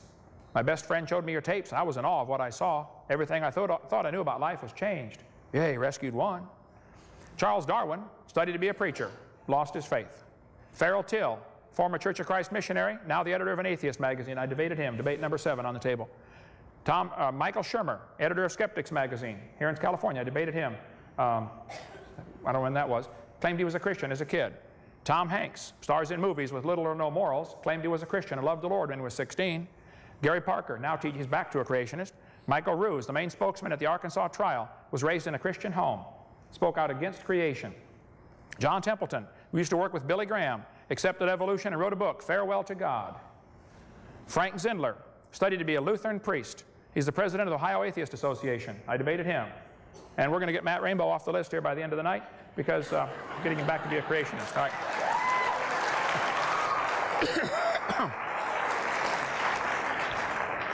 Moses Mordecai Marx Levy, alias Karl Marx, when he was 17, wrote a paper on how much he loved the Lord. Then he went off to college, studied philosophy. First year in college, somebody destroyed his faith. Later he said, my objective in life is to dethrone God and destroy capitalism. Karl Marx, the father of communism. Marx tried to dedicate his book to Charles Darwin. He said on the title page, to Charles Darwin from a sincere admirer, Karl Marx. Marx knew communism wouldn't work without the evolutionary theory. See, our American system is founded on the idea that all men are created equal. They're endowed by their creator with certain rights. Communism is founded on the idea that all men evolved from slime and you're nothing but an animal. Major difference. We covered that on video number 5. Karl Marx had 6 children. 3 died of starvation in infancy. 2 others committed suicide. Not what you consider a successful father. Okay? Is that with my extra minutes I get, or that's just a regular? Okay, good. Okay. At a very early age, while still a pupil at the ecclesiastical school, Christian school, Comrade Stalin, Joseph Stalin, developed a critical mind and revolutionary sentiments. He began to read Darwin and became an atheist. Joseph Stalin went to a Christian school as a kid. Joseph Stalin read that book and it changed his life forever. Joseph Stalin's responsible for killing somewhere between 60 and 100 million of his own people. I've got several people on my staff, including my daughter-in-law, who are from Ukraine, where 10 million people were killed by Joseph Stalin's goons in the Ukraine. Andrew Carnegie said he loved the Lord, wanted to serve God with his life. First year in college, he fell into believing in evolution. He said, man, if evolution's true, then I'm going to apply this to the business world. The strongest survive. And you won't understand the history of the trust busters and all that stuff that had to happen in the late 1800s until you understand how evolutionary thinking ties in. Carnegie left money behind to start an organization, which is still running, up in Berkeley, California, called the National Center for Science Education. The purpose of the National Center, the current president is Dr. Jeannie Scott. Their whole purpose is to keep creation out of schools and keep evolution in the schools. And if you try to do anything to get evolution out of your schools, the National Center for Science Education will be down your throat at Carnegie's expense. And he used to love the Lord. What happened? President Roosevelt, good man in many ways, but he fell into believing this evolution theory, which teaches, of course, one race is better than another. Roosevelt thought the Indians were an inferior species. You won't understand what happened to the Indians in the last 150 years until you understand how evolution ties into the thinking. That's why we were so mean to the Indians. E.O. Wilson at Harvard University said, as were many persons from Alabama, I was a born-again Christian.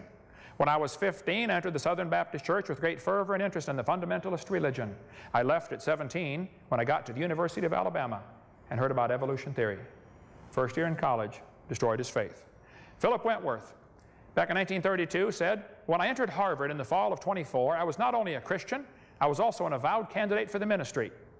Then for 4 years, I underwent a process of mental readjustment that shook my little world to its foundations. Through it all, only one thing was clear to me. If I could reconcile religion with intelligence, I knew I could go on into my chosen career fortified by the experience. If I could not, every consideration of honor would compel me to make other plans. In the end, I gave up the ministry. Folks, there is no conflict between intelligence and the Bible. There is no conflict between science and the Bible. There is a great conflict between evolution and the Bible. And there's a great conflict between evolution and science. But they want you to think evolution and science go together. No, beer is sold at football games quite a lot. Beer has nothing to do with football. And beer does not become athletic by association with football. Okay? The fact that evolution is currently in our science textbooks does not make it part of science. I'm sorry that it's there. I'm working to get rid of it. But in the meantime, don't fall for this idea that, well, it's in the books, it must be part of science. No, it's not. Okay? I think if you love your kids, you ought to get them out. I don't think it's possible to fix the problem on the short term. That's why about 12% of Americans now go to private school or Christian school. And the number's growing all the time. I don't think it's possible. I think you ought to get them out if you can, okay? The Bible says, cease, my son, to hear instruction that causeth thee to err from the words of knowledge. But some of you people are more worried about Johnny going off to college, getting a certified degree so that he can make more money. The fact that 3 out of 4 are going to lose their faith doesn't bother you, just so he makes a lot of money in life. Better think long and hard about that one. This is how the atheists rate the different states on how well they treat evolution. They think the folks in California are doing a wonderful job of teaching evolution to their kids. They think the folks in Florida are doing a lousy job. Yay, Florida. Okay. If you can't get them out, make sure your kids know the truth. Don't send them off unarmed. My video series is there to provide information. It's not copyrighted. Copy it all you want. Give it to your friends. If you don't like my jokes, edit them out, okay? Bible says you shall know the truth, and the truth shall make you free.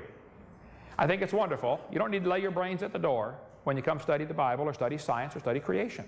Everything I observe in nature says, wow, there must be an awesome designer. Not only did God design this world, He wants to have a personal relationship with His creation. It's wonderful. I know I'm going to heaven when I die. It's not because I'm good. Are you kidding? If I get what I deserve, I'm in serious trouble. I've been forgiven. That is awesome. And I certainly don't feel intellectually inferior for believing in creation. Quite the opposite. I look at the evidence and say, wow, this matches, it all matches. It's perfect. Florida has laws requiring textbooks to be accurate. So does Texas. So does Wisconsin. So does Alabama. So does California. The textbooks ought to be accurate. I'm not trying to get evolution out of your schools. But all the evidence that's used to support the theory is wrong and ought to be taken out. Take the lies out of the books. Don't try to get evolution out of schools. Get the lies out of the textbooks. You can demand they cut out the pages. I mentioned in a debate one time, I said, these following pages ought to be cut out of this book because they're not true. The professor said, what are you going to replace it with? I said, what? He said, you want to cut these pages out of the book. What are you going to replace this with? I said, are you telling me if we take a lie out of the book, we can't take a lie out of the book until I get a replacement? How about shorten the book by 20 pages? The kids won't care. What the professor was trying to avoid saying was, we don't have any real evidence for our theory except things that have been proven wrong, and if you take this out of the book, I'm stuck with nothing to prove my theory. Well, that's your fault. Don't blame me. You chose the dumb theory, not me. Get some evidence, okay? Glue the pages together, put a warning sticker in the front cover. You got to get students my little brainwashed book. Our printing cost is $1 a piece. Buy 1,000 of them, give them to every kid in the county. Teachers will have a hard time teaching evolution for the next 10 years if you give those things out. Get your kid exempt from class. Say, teacher, I don't want my kid taught evolution. There's legal ways to make sure that they can't teach them evolution, okay? You can teach creation in the classroom. There's never been a law against it. In closing here, God doesn't lie. The Bible says God cannot lie. He promised, whosoever shall call upon the name of the Lord shall be saved. 35 years ago next month, I said, Lord, I'm a sinner. He said, you can say that again. I said, yes, I know, Lord, but and I believe I deserve to go to hell. He said, you can say that again too. I said, but Lord, I believe you died for me, and I want you to forgive me and save me right now. And February 9th, 1969, I prayed and asked the Lord to forgive me, save me. Hey, where are you going when you die? You really ought to think about it. You're going to be dead for a long time. You're going to actually be dead longer than you're going to be alive. Think about that one. If we can help, that's what our ministry exists for. I appreciate the work going into the animations, but folks, I'd have to say, in a court of law, it wouldn't hold up 3 seconds. It's an imagination. It's an animation. It's not reality. We don't observe it. So the argument tonight is, where's the evidence for evolution? I'm still waiting to see it. Thank you so much.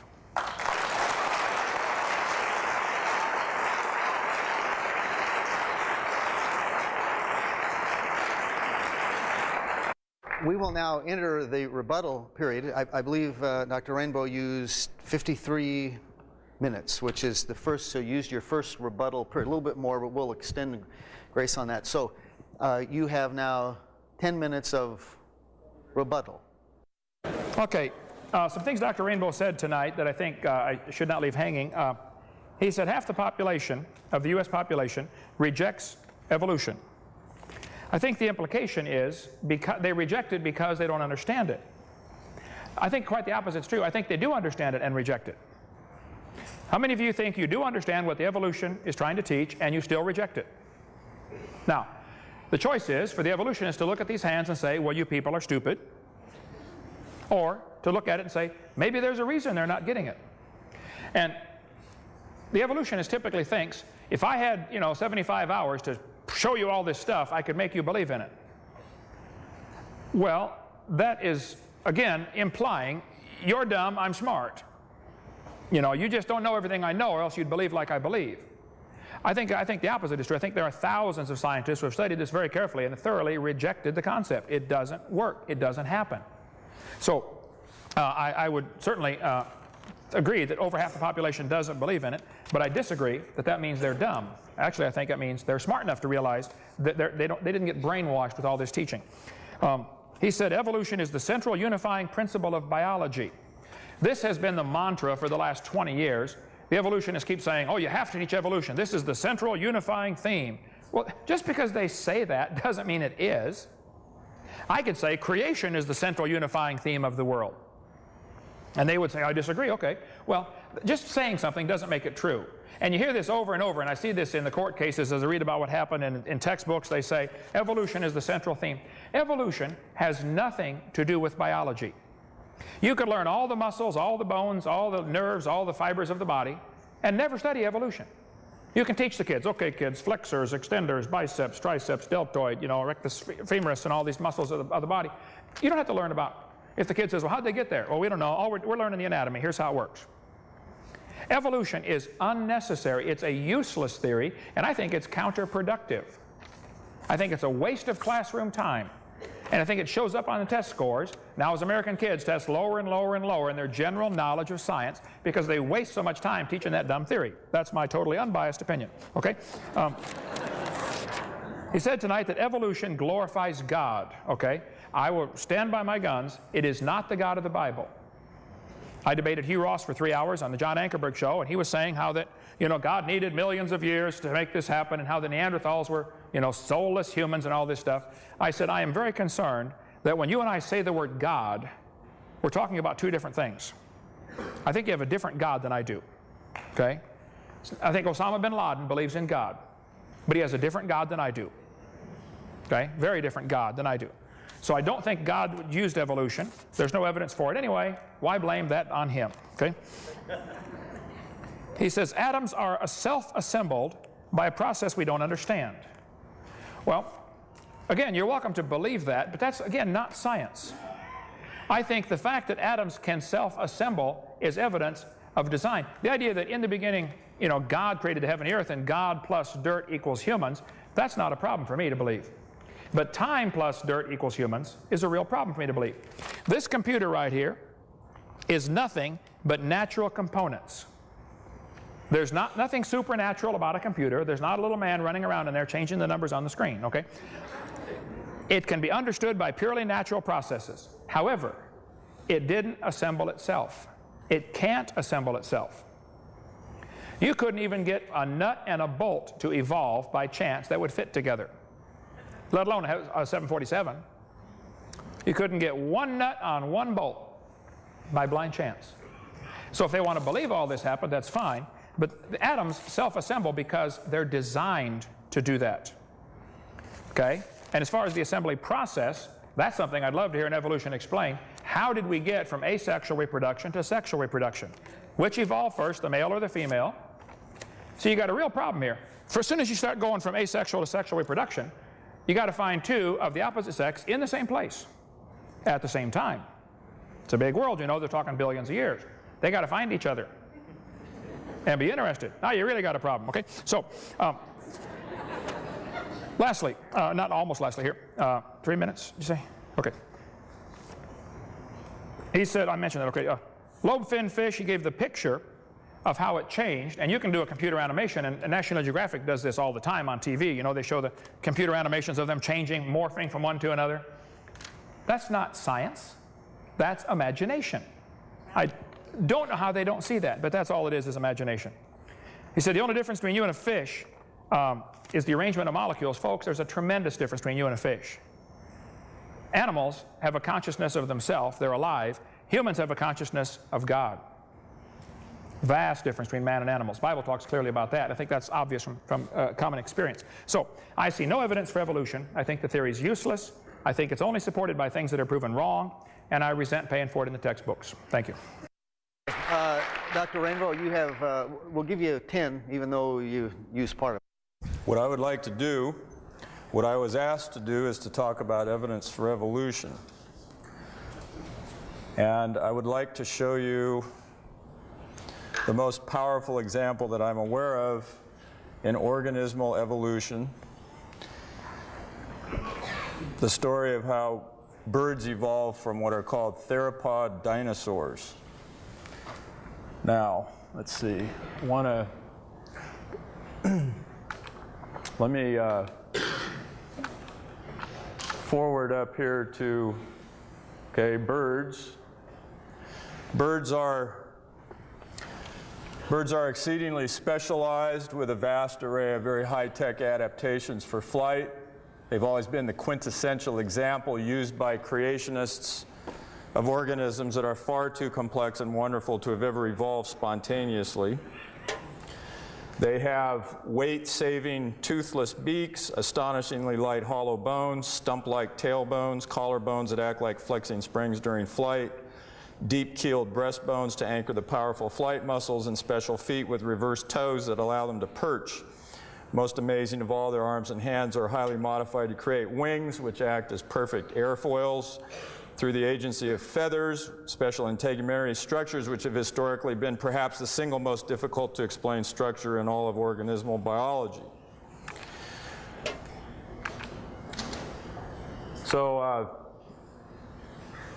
feathers, I think I'll defer talking about them for the moment. This is the theory that you've all heard about, that birds evolved from dinosaurs. There you see a dinosaur that's called Bambiraptor, and as you can see, it has feathers on it, but the feathers were not used to fly. The feathers were believed to have kept it warm, probably, since down feathers are the most insulating substance known to man.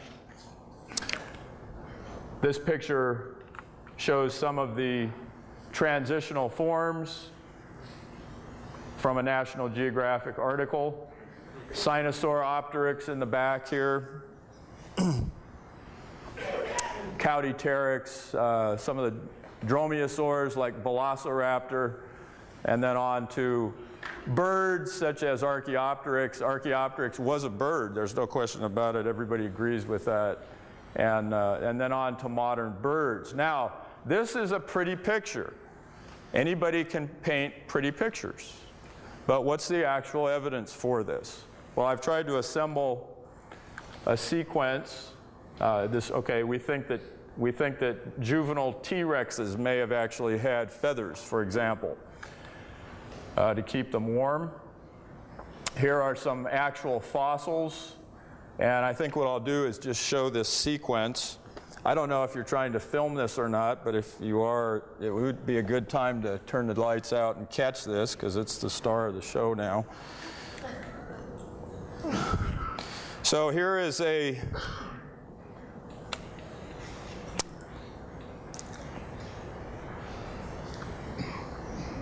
let's see here.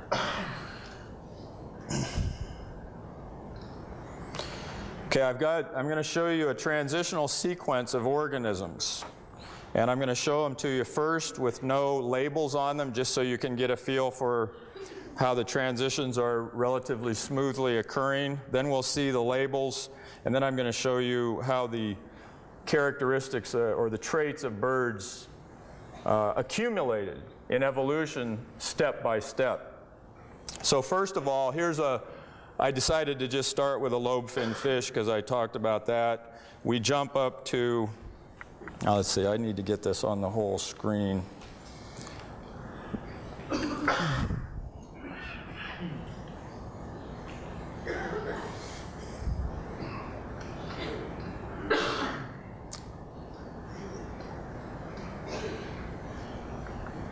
View slideshow. Thanks. Well, is that what does it? Okay, thanks. No. I'm forgetting the command to make it the whole screen here. Down at the bottom. There's a little Oh, that's right, that's right. There we go. I've used it about 1,000 times. Okay, but now why is it going back there? I've got to get to...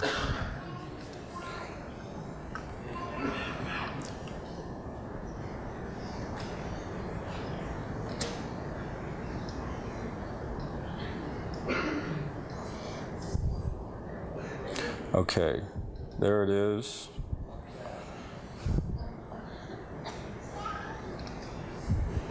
Okay, so here's a lobe-fin fish, jumping huge macroevolutionary jump all the way up to a amphibian here. That would take a huge amount of explaining. And just look with your eyes at the sequence and how they're changing step by step in what seems to me a pretty smooth transition into organisms that look more and more like birds. There's finally a modern bird, and there's an eagle. Okay, now let's name these. A lobe-fin fish. You can see the dates there. A primitive amphibian like Ichthyostega. Again, that was macroevolution right there. Then we finally get to a primitive reptile called a cotylosaur, the first reptiles, an early archosaur, Proterosuchus, onto a thecodont called Euparkeria, and then a clearly bipedal organism, an early dinosaur, a theropod dinosaur, another theropod dinosaur, one that is known to have feather-like structures on its body, a tetnuran dinosaur like Allosaurus, which was a huge tetnuran, a maniraptoran dinosaur like Velociraptor. These are believed to be the closest relatives to birds. An avian dinosaur, the most primitive known bird, Archaeopteryx. Another avian dinosaur called Confuciusornis. An advanced avian dinosaur, or nearly modern enantiornithine bird, or what's called an opposite bird. A modern bird, like a pigeon, which is classified by most experts as still a dinosaur, and another modern bird like an eagle. So birds are considered to be feathered dinosaurs by probably 99% of all professional biologists who are qualified to have an opinion on the matter. Now, this is the part that really talks about the evidence. So what I've done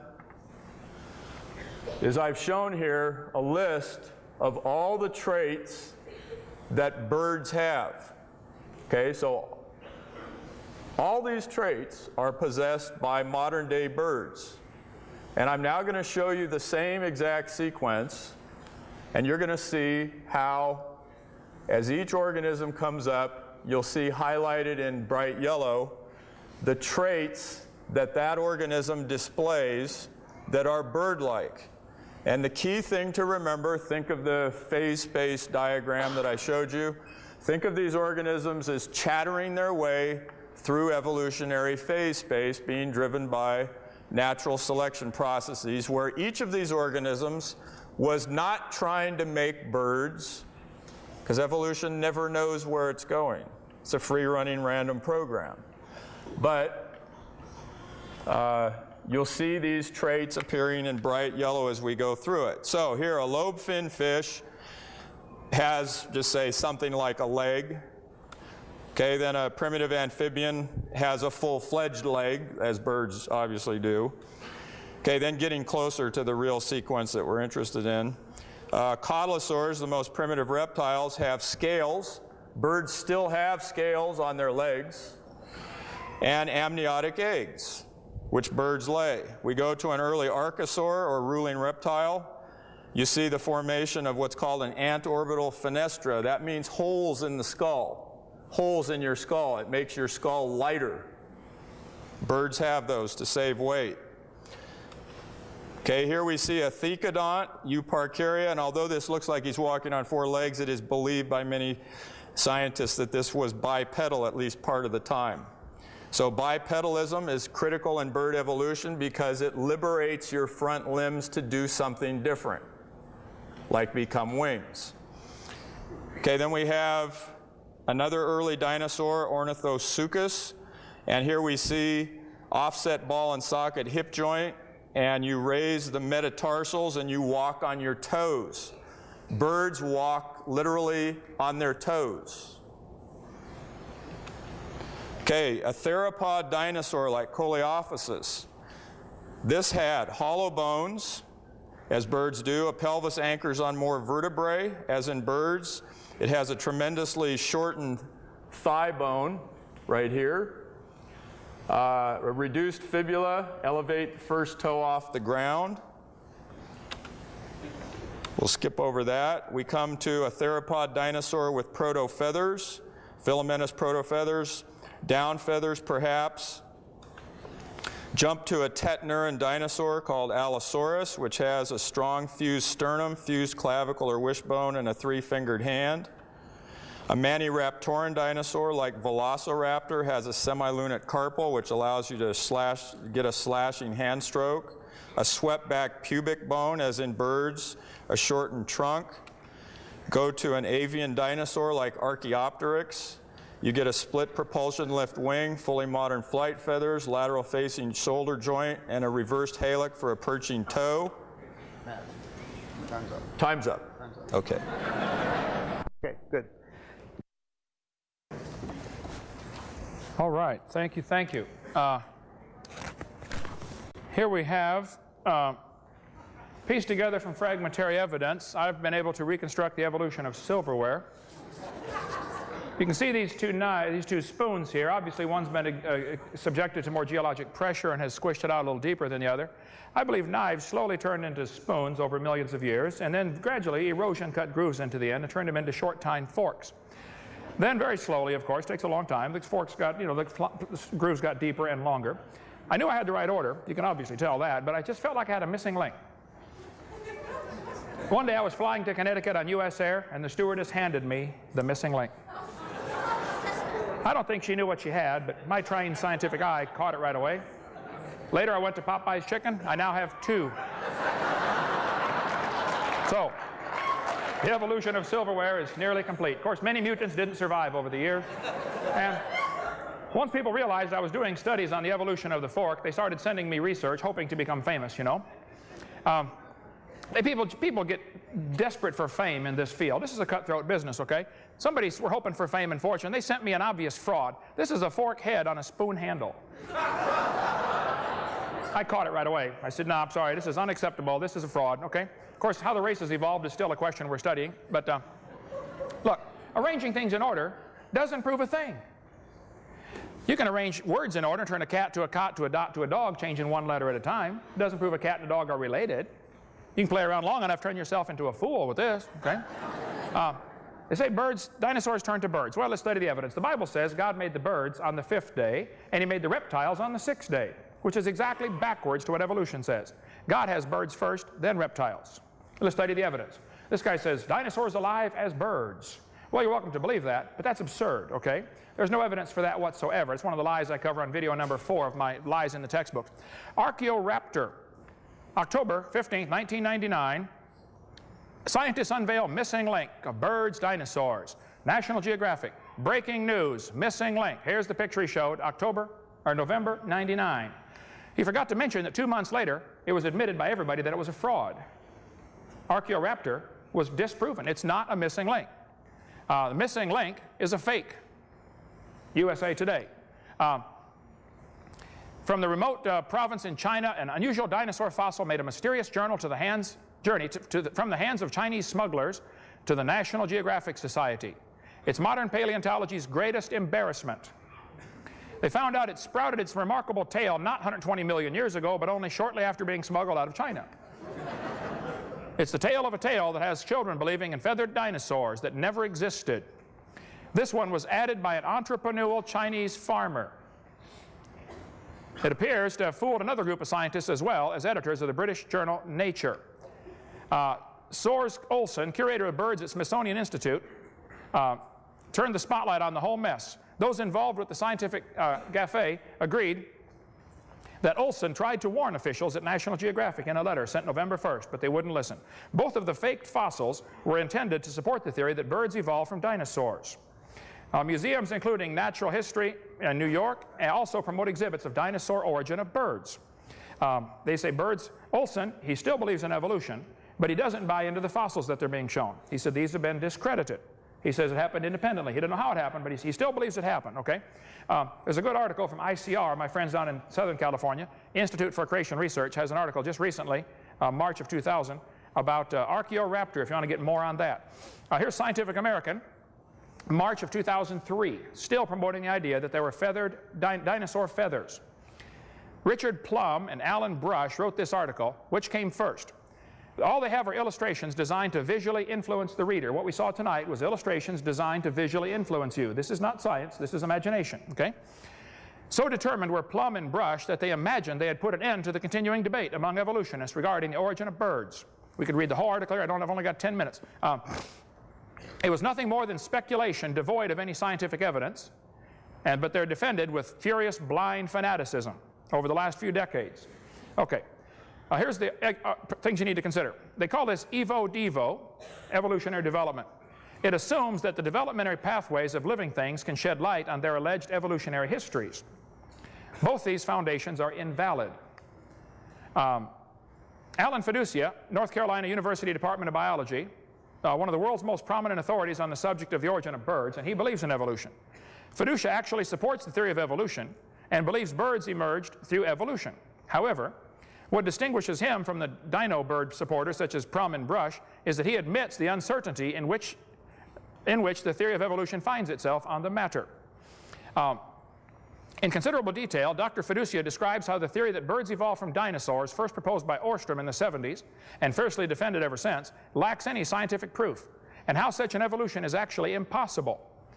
He said there's a considerable body of evidence that these fossil traces known as dino fuzz have nothing to do with bird feathers. What it is, apparently, is filaments of the fibers of the skin fraying and sticking out. Not bird feathers, not dino fuzz, okay? Having studied, Fiducia says, having studied most of the specimens said to sport proto-feathers, I and many others do not find any credible evidence that those structures represent proto-feathers. Many Chinese fossils have a strange halo of what has become known as dino fuzz, but although that material has been homologized with avian feathers, the arguments are far less than convincing. Following his analysis, Fiducia said, the dino fuzz appears in fossils that can absolutely have nothing to do with birds. This dino fuzz is skin fibers, very closely resembling dino fuzz. They've been discovered in Jurassic ichthyosaur. They've been described in detail in quite a few magazines here. This dino fuzz phenomenon, this little fringe around some of these fossils, is found on all sorts of things. All sorts of fossils have these. Fiducia recalls that similar structures have been found in the area of fossils in the past, but that the structures believed to belong to the fossils were later identified as inorganic matter. One is reminded of the famous fern-like markings on the, what's the name of that, Solnhofen fossils, known as dendrites. Despite their plant-like outlines, these features are now known to be inorganic structures caused by a solution of manganese, from which the beds precipitated as oxides along cracks or bones in their fossils. I have a huge collection of these in my museum. It looks just like ferns. Somebody sent me a bunch of them. And all it is, it's between the layers of the rock, it's this stuff soaking in, making a pattern of as capillary action draws it in between the cracks of the rock. That's what's happening that they're calling dino feathers. This has been proven wrong about 3 years ago. It's not correct, okay? Let's see. Well, I've got plenty of material on this on my website. The theropods that he mentioned here. One must also explain why all theropods and other dinosaurs discovered in other deposits where integument is preserved exhibit no dino fuzz. Why do the theropods from China have this dino fuzz, but other theropods found all around the world don't have it? They have intact skin. So the dino fuzz from the China ones is not dino fuzz. It's not proto-feathers. It's just simply a phenomena of how they fossilize, okay? This was proven wrong, and this was proven in 1999, okay? Fiducia explained some of the creatures put forward as feathered dinosaurs are extinct reptiles with dino fuzz, and others are real birds. There are clearly two different phenomena in the early Cretaceous deposits. We can talk all day on this one, but 2 minutes, okay. So when they tell you birds descended from dinosaurs, I would say the evidence is mostly disproven. What is disproven is certainly open to other interpretations. So kids, before you buy into this idea that dinosaurs turned to birds, I think you ought to really consider this from all perspectives and don't get swallowed up by this stuff. Scientists are always telling me, they'll say, well, the latest research says, I say, wait, I don't want to hear about your latest research. Your theory's been around for 120 years. What evidence do you have that has stood the test of time? They're always relying on the latest research. Well, it hasn't stood the test of time yet because it's always proven wrong later, okay? It's not dino fuzz. Somewhere along the line, that bird's going to have half wing, half feather. Now, he can't walk and he can't fly yet. What good is it, okay? Archaeopteryx is not a missing link. I'll stand by my guns. They're still teaching Archaeopteryx. It's a bird. And he mentioned tonight that it's Archaeopteryx is an avian dinosaur. Well, the experts that studied Archaeopteryx will tell you they disagree, okay? Archaeopteryx is a bird. It's 100% bird. Now, it does have a shallow breastbone.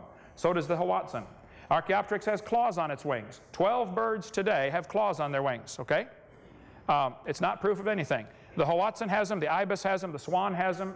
12 birds have claws on their wings. So what? It's not proof it's a missing link. They say Archaeopteryx had teeth in his beak. Well, very few birds have teeth. There's a hummingbird that has teeth from down near Ecuador. But very few birds have teeth. What does that prove? Some reptiles have teeth, some don't. Some mammals have teeth, some don't. Some of you have teeth, some don't, okay? Doesn't prove a thing, okay? Only 6 Archaeopteryx have been found. Only 1 has ever been sectioned or analyzed. And I think the experts will tell you it's not an avian dinosaur, it's a bird. God designed the birds, God designed the reptiles, God designed the mammals, and God did a wonderful job. Quit trying to mix them up. Thank you.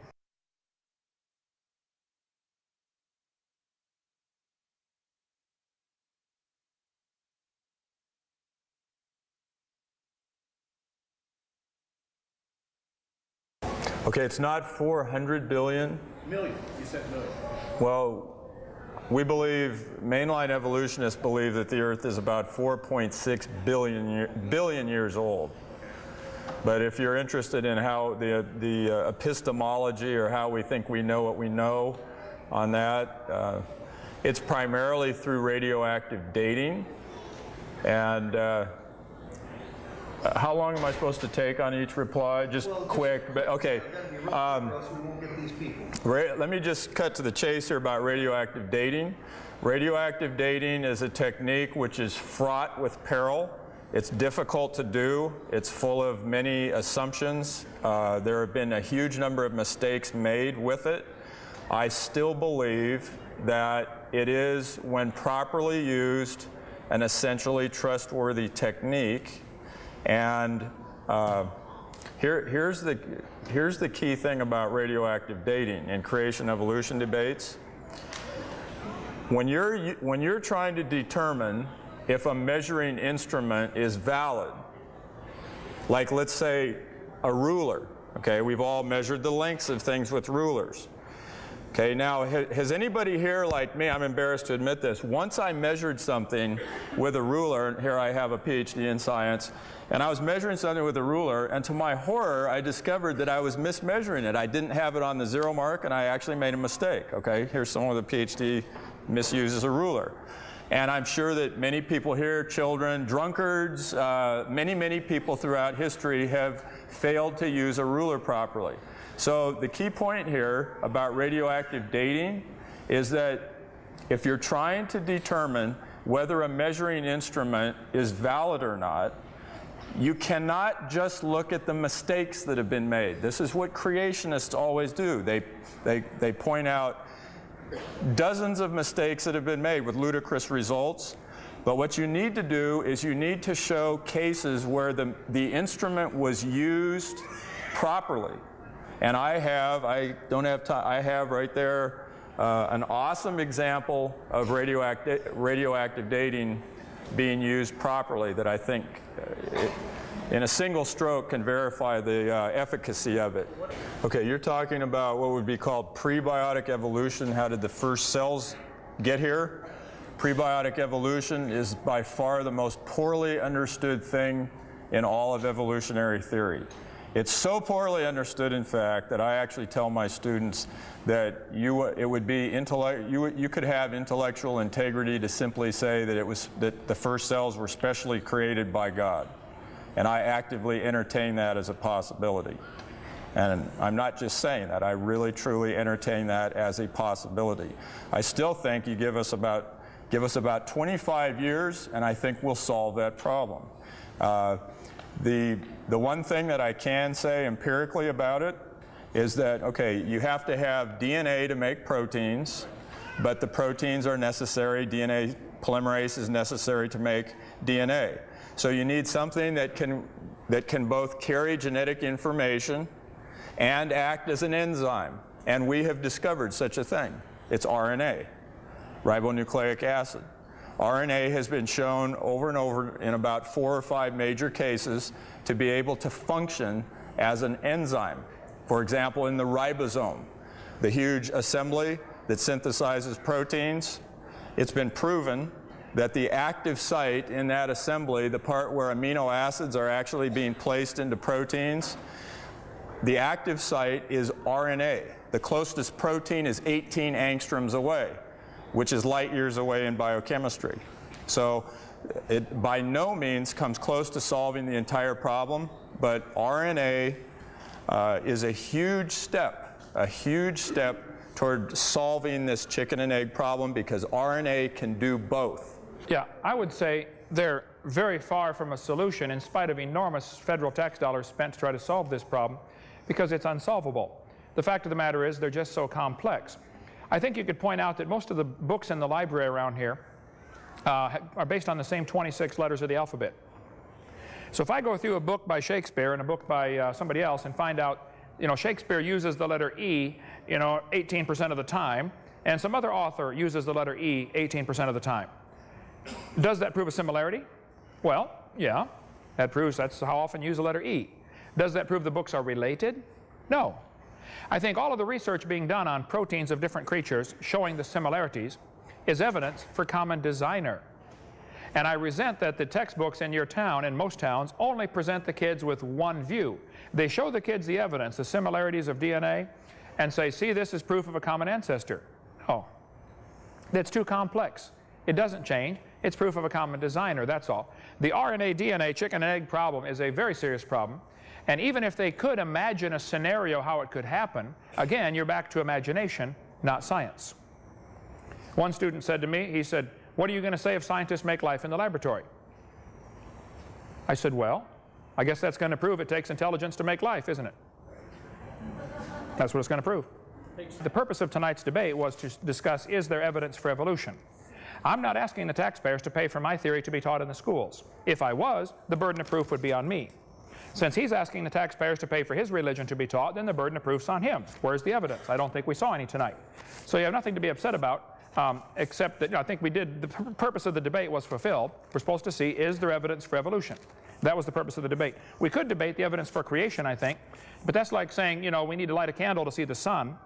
The evidence for creation is all around us. It is, the evidence for creation is a very powerful evidence, is the absolute impossibility of the contrary. In logic, if I said, I believe a lake out there is only got water for the top 5 feet, the rest of it's air under the water. That is logically impossible. Water is heavier than air, so it falls. For someone to say a complex machine like a watch happened by chance, that is logically impossible. Even though I've never seen the designer of this watch, I believe he exists, because it's impossible for there not to be a designer. When you see a house, there must be a builder. When you see a creation, there must be a creator. So the evidence for the creator is in the creation. The Bible says in Romans chapter 1, people are willingly ignorant. They don't want to see the creator, and God gives them up to their own crazy beliefs.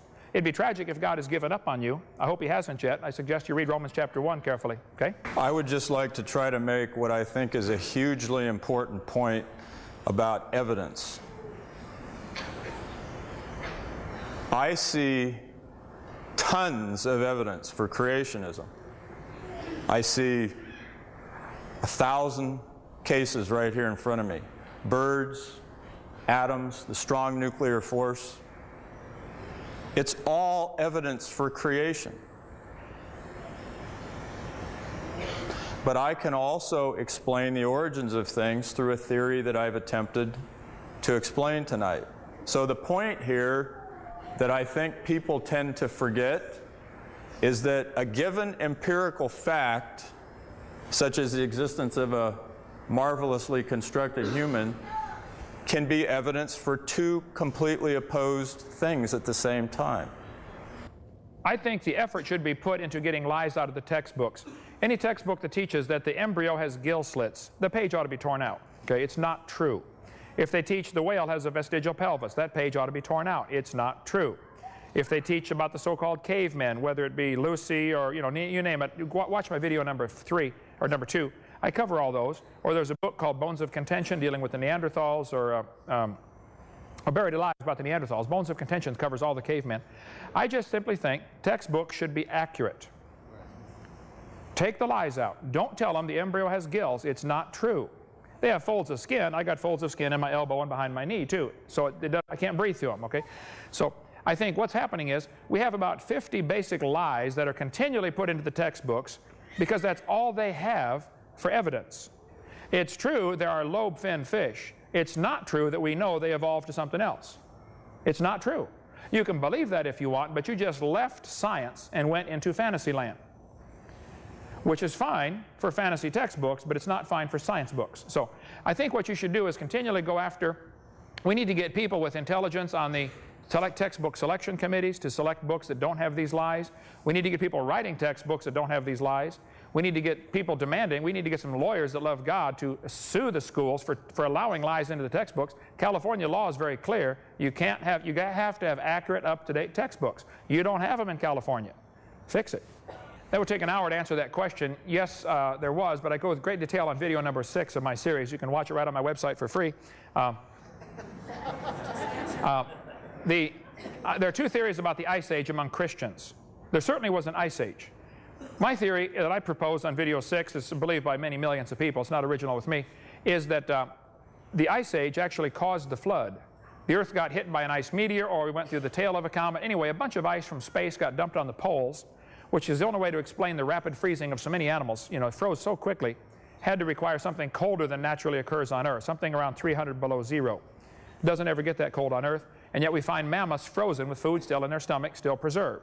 You can't freeze an animal that big without freezing them real fast, or else the food in the stomach's going to rot. The outside will freeze, inside will rot. So I cover that for an hour and a half or maybe 2 hours on video number 6. You can watch it on the website or get on the table out there. Okay? Okay, if you want one that's a macroevolutionary related mutation that might have actually done some good, let me show you that. Here's the biggie. If we evolved from ape-like creatures, it's believed that about 2 million years ago, a creature that was already walking on 2 legs, that was already bipedal, the brain grew explosively big, very, very fast. So we now have a brain that is 3 times bigger than a chimp, okay? The question is, how could that have happened through mutations to DNA? All right? So I'm talking about big-time evolution here. I'm talking about as big a thing as you could discuss. How did our brains get here? All right, Boston, in a lab in Boston, there's a group of people who study brain evolution. And they asked the question, can we take a mammal? Now, you can't do these experiments in humans. It's illegal. You'll be thrown in jail. So we have to do them in other mammals. And the easiest ones to do them are in mammals like mice. Someone can try this in a chimp if they want to. I'd have ethical problems, frankly, doing something like this with a chimp. But anyway, the experiment was done in a mouse, which is a mammal, just like us. And they asked, is there any way that we can cause a mouse to have a bigger brain in a single step? Okay? And what they did, for anyone here who's a biology teacher, I'll be technical for a minute. What they did is they took the beta-catenin gene, which codes for a protein that is known to help cells keep re-entering into the cell division cycle, causing things to get bigger. And they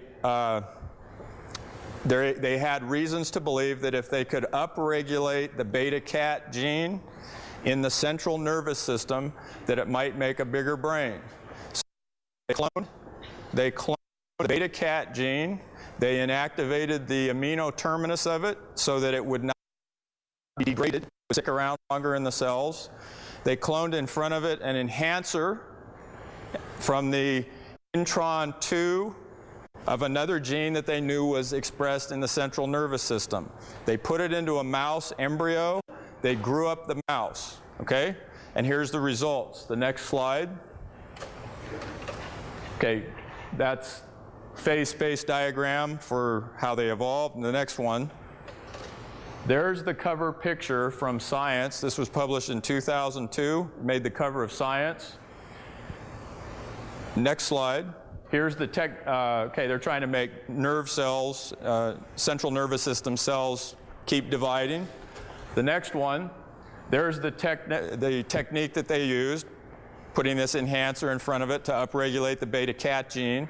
And here's the slide that you really need to see. Here is a normal mouse brain, and here's the upregulated beta-cat mutant.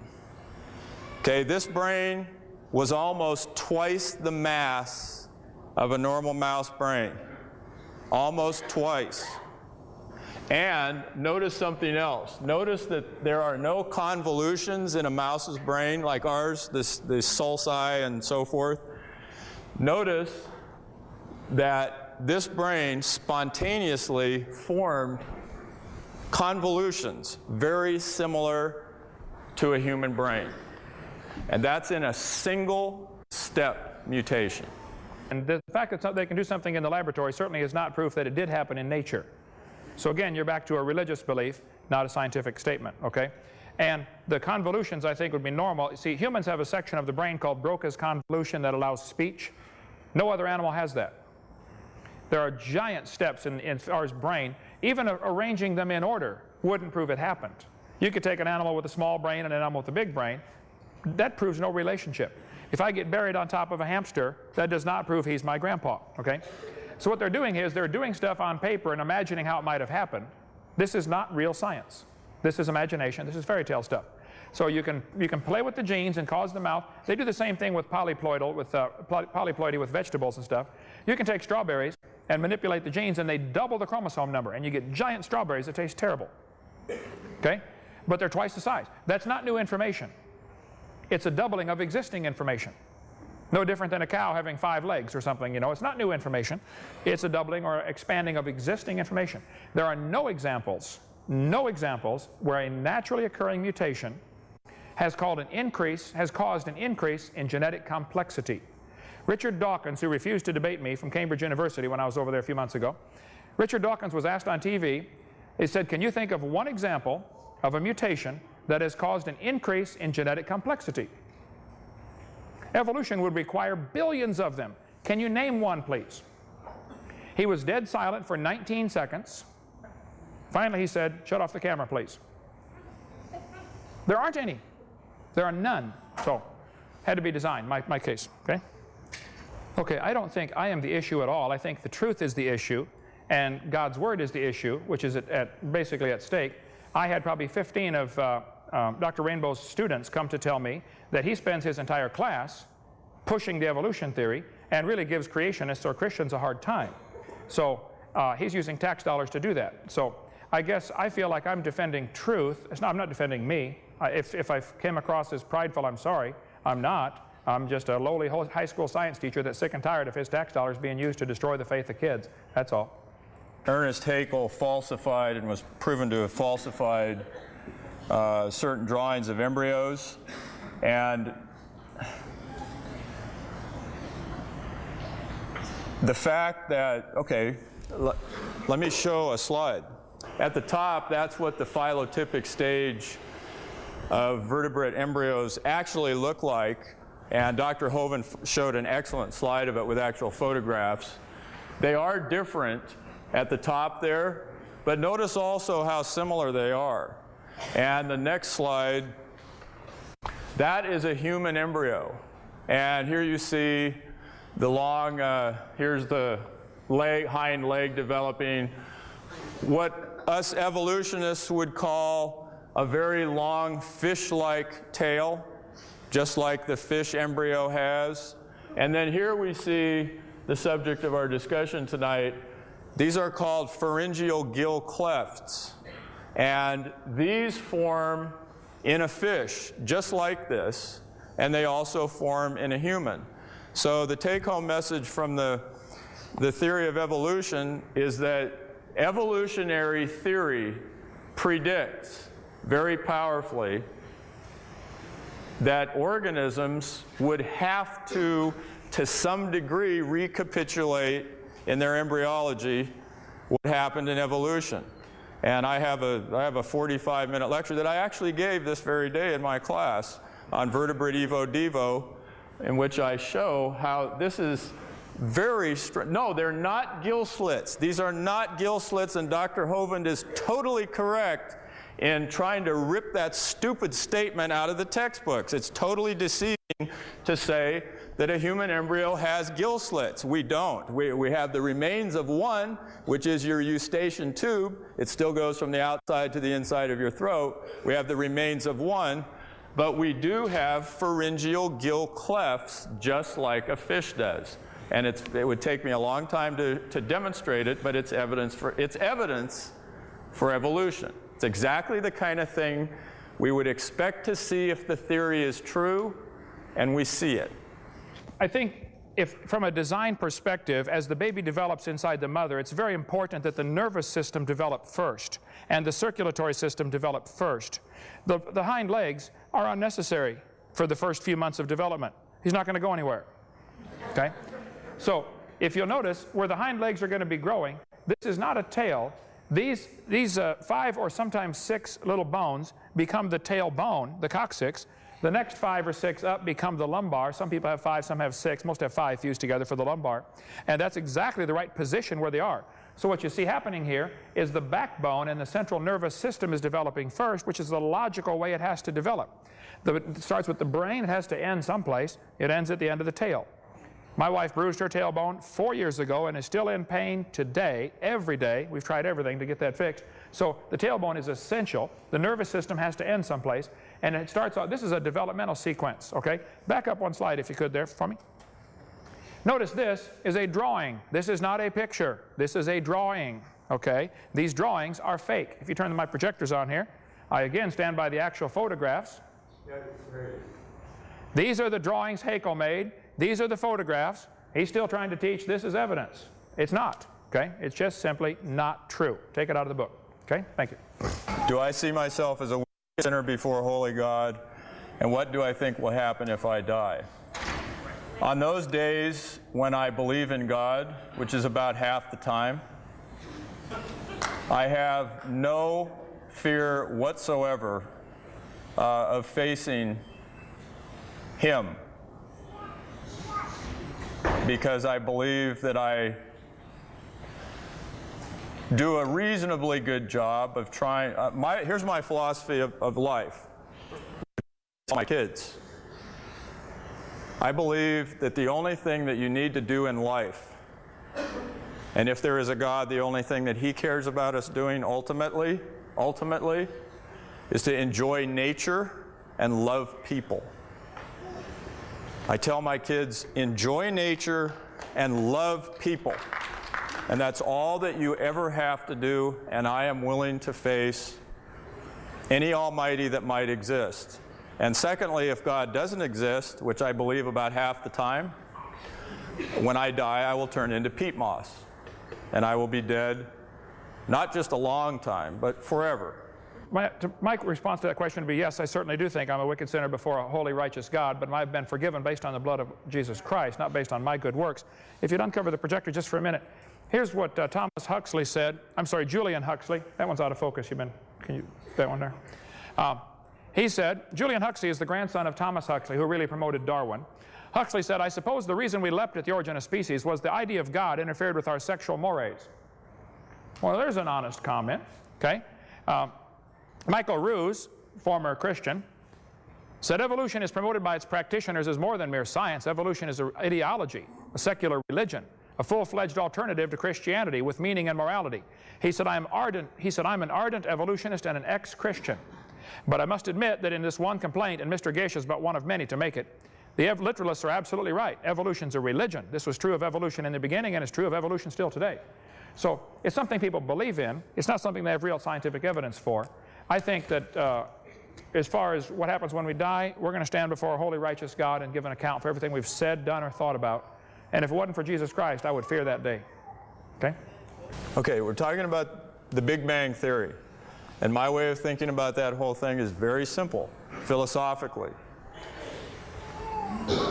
If the Big Bang occurred, and I think there's tremendous evidence to support empirically that it did take place,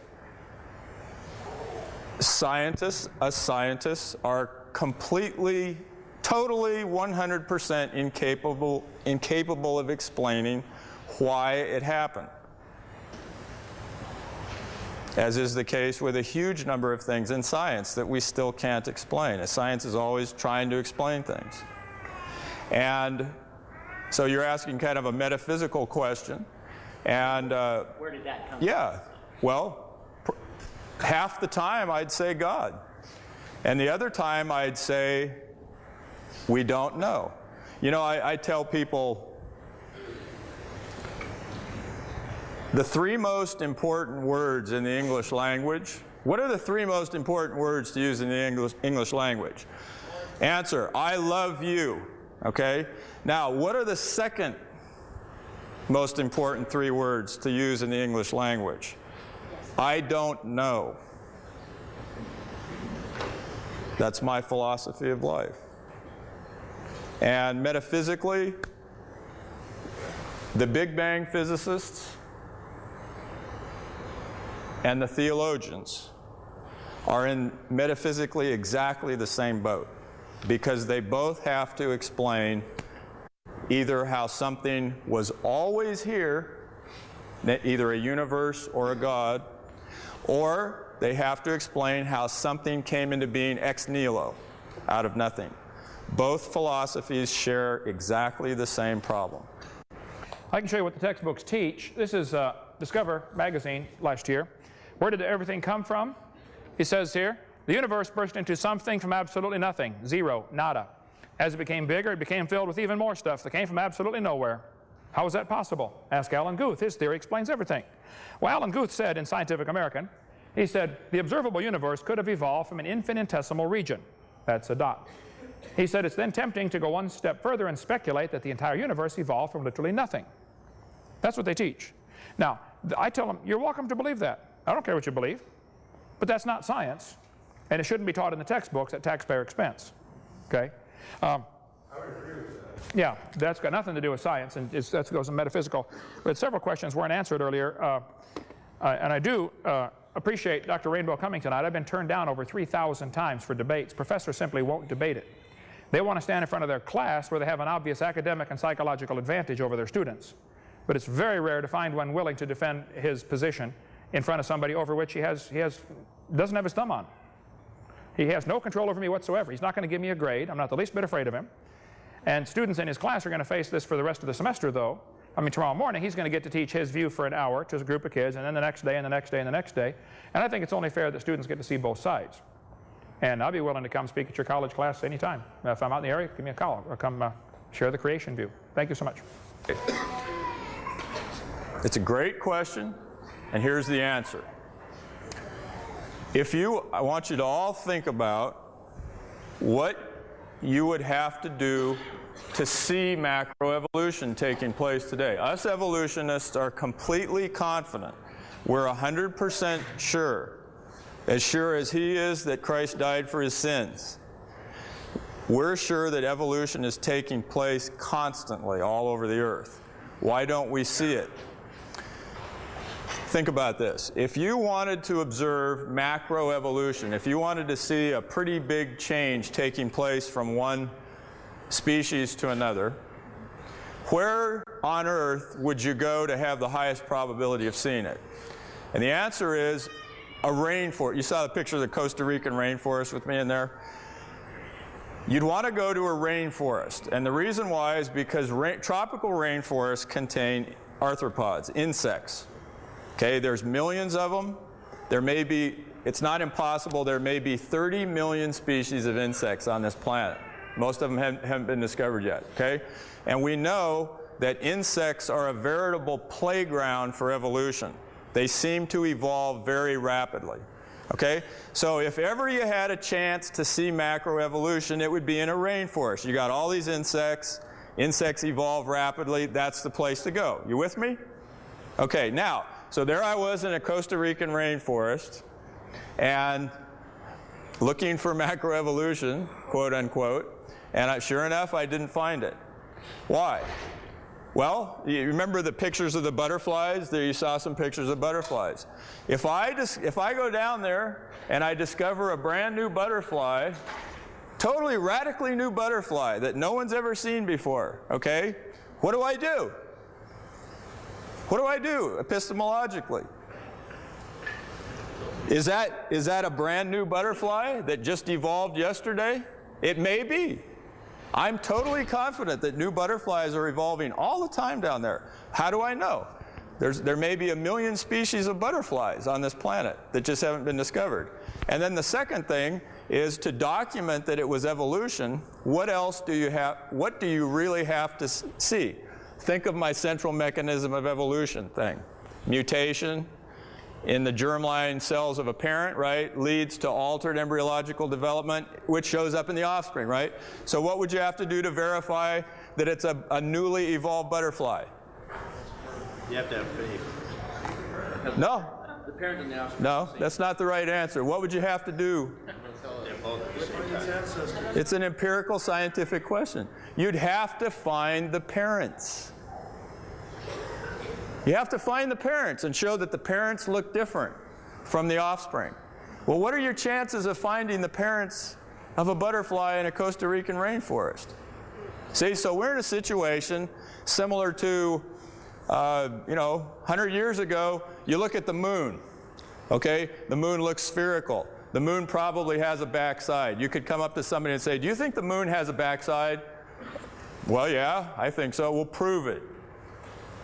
See? You know darn well it has a backside, but you're totally incapable of proving it. We know darn well that macroevolution is taking place on other grounds that I don't have time to talk about, but we are in fact completely incapable of proving it for the reasons that I've just given you. Okay? Okay, and I think that demonstrates clearly what I've been saying all night. It's a religion. It's not a faith. I mean, it's not a science, okay? It's easy to think the moon has a backside because of the impossibility of the contrary, okay? All round objects that we see have backsides to them. Now, the idea that there's not a creator is clearly impossible. Things are just too complex. There had to have been a creator. As far as the original question of going from, dinosaurs to birds, if you could undo the covers there, please. There are thousands and thousands, possibly millions of differences between reptiles and birds. And he's glossing over these gross differences. The lung structure, you mentioned about the bone structure. Bones are hollow on birds and solid on reptiles. The lung structure is different. The eggs are different. The reproductive system is different. There are thousands of major differences and probably millions or billions of minor differences. Reptiles are covered with scales. Birds are covered with feathers. They're both made of keratin, but that's where the similarity stops. They come from different genes on the chromosome. Feathers are extremely complex. Your hair is made of keratin. Your fingernails are made of keratin. The fact that different structures in the world are made of keratin on different creatures is proof the designer is using the same material for different applications. Just like battleships and forks and tin cans are all made out of iron, that doesn't prove a relationship. It proves iron's a good metal to make a lot of different things out of, and keratin's a good protein to make a lot of things out of. It's not at all evidence of relationship. It's evidence of design. The second law of thermodynamics is antithetical to evolution because order cannot arise out of disorder. Is that how you've heard it formulated? Yes. Okay. Is Terry here tonight? My colleague Terry made 3 video clips for me. Would you agree with that statement that order cannot arise from disorder? Because that's how I very often hear it stated. Yes, I would agree with that. Okay, well, watch this. Now, you're sure order cannot arise from disorder.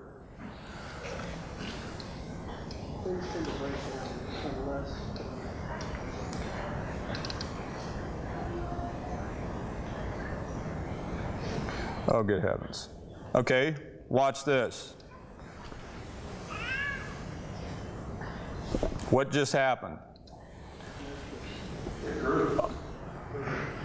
A few milligrams of highly disordered, what we would call high entropy state water molecules, vibrating, rotating, translating through space, went from a highly disordered state, a high entropy state, to a much more ordered state. Here's another one.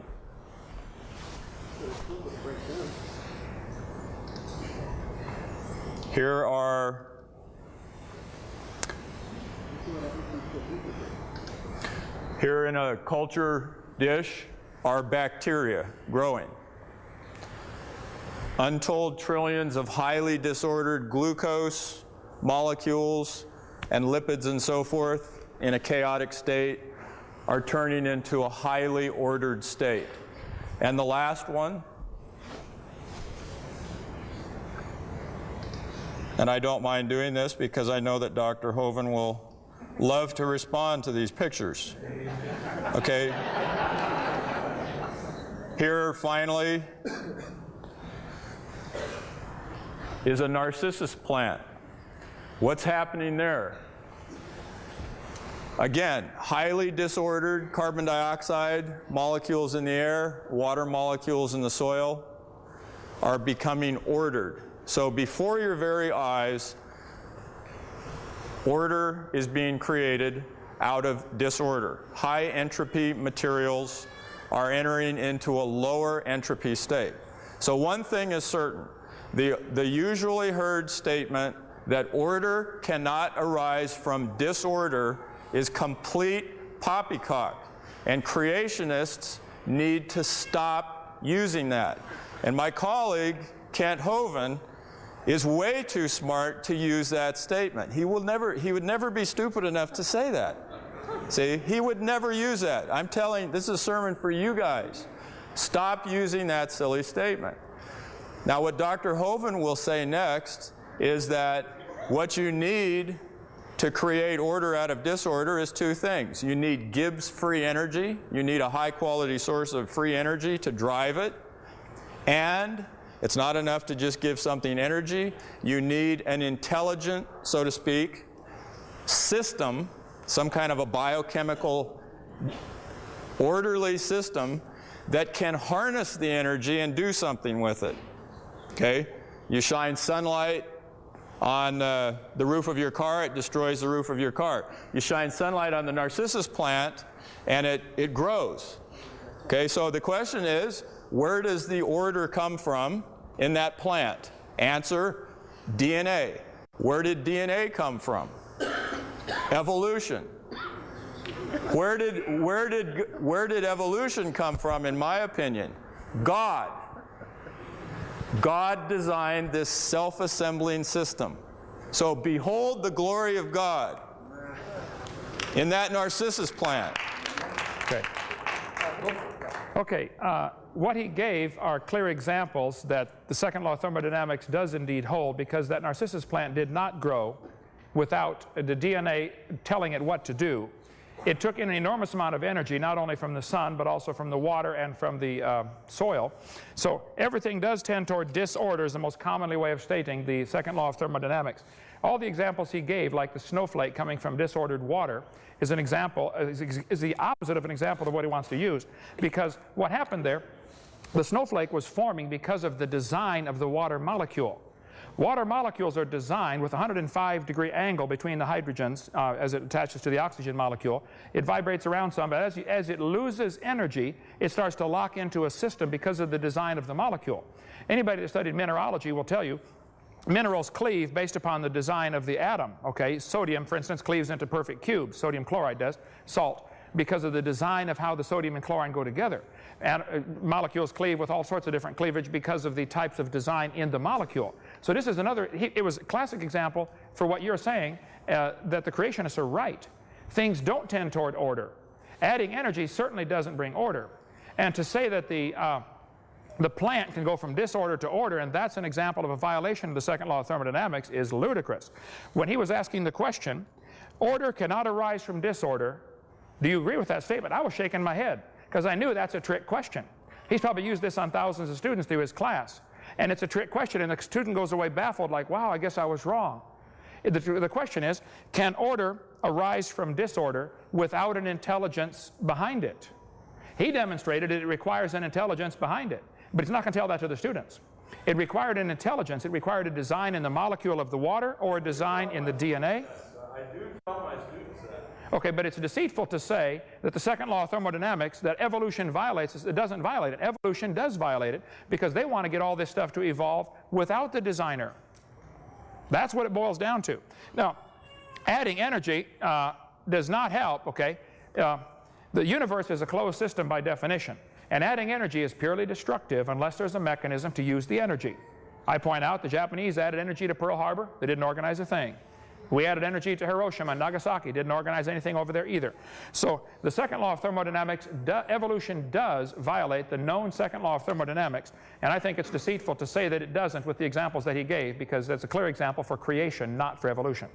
Tell us, please, what is your okay, I teach general biology at Antelope Valley College, all right? It's a public school. Right. Supported by taxpayer funds. Correct. And I'm asking, this is not a rhetorical question now. I'm truly asking you because I'm interested in your answer. What do you think I should do, given the fact that I can't stand up and sing the doxology, okay, even though a lot of my students are Christians, right? What do you think I should teach scientifically about how living things got here? Okay. You mentioned fossils are rare. That is not correct. Fossils are abundant. There are trillions of fossils. Transitional fossils are rare. I think they're totally non-existent. There are many major evolutionists like Stephen Gould and Niles Eldredge who would disagree with you. They would say there are no transitional forms. That proves evolution happened quickly. So the problem is not that fossils are rare. The problem is that fossils that support your theory are rare. Okay? Then you also mentioned give us time. Okay? It's been 140 years. What you're saying is we don't have the evidence yet. I think most people would agree with that. There isn't the evidence. There are giant gaps in the record. So until you get the proof, stop teaching it like science. It's not science. Now, you should tell. Now, I'm answering your question. Okay, you're telling me what I shouldn't teach. I'll tell you what you should. What I should teach. You should teach the kids we observe animals producing the same kind of animals. We don't know how they got to this planet.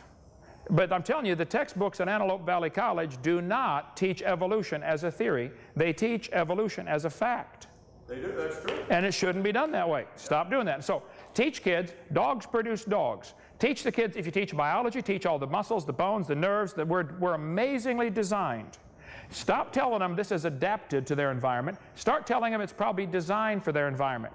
If the kid says, who's the designer? Say, I don't know. We're not here to talk about that. I don't know if it's Allah or Buddha or Jehovah or a mysterious process we don't know yet. All I know is it looks like it's designed. So are you saying that I can't try to say anything at all about the origin of living things? I mean, one of science's greatest quests, whether it be astronomy, where did stars and galaxies come from, geology, one of science's greatest quests is to explain the origins of things.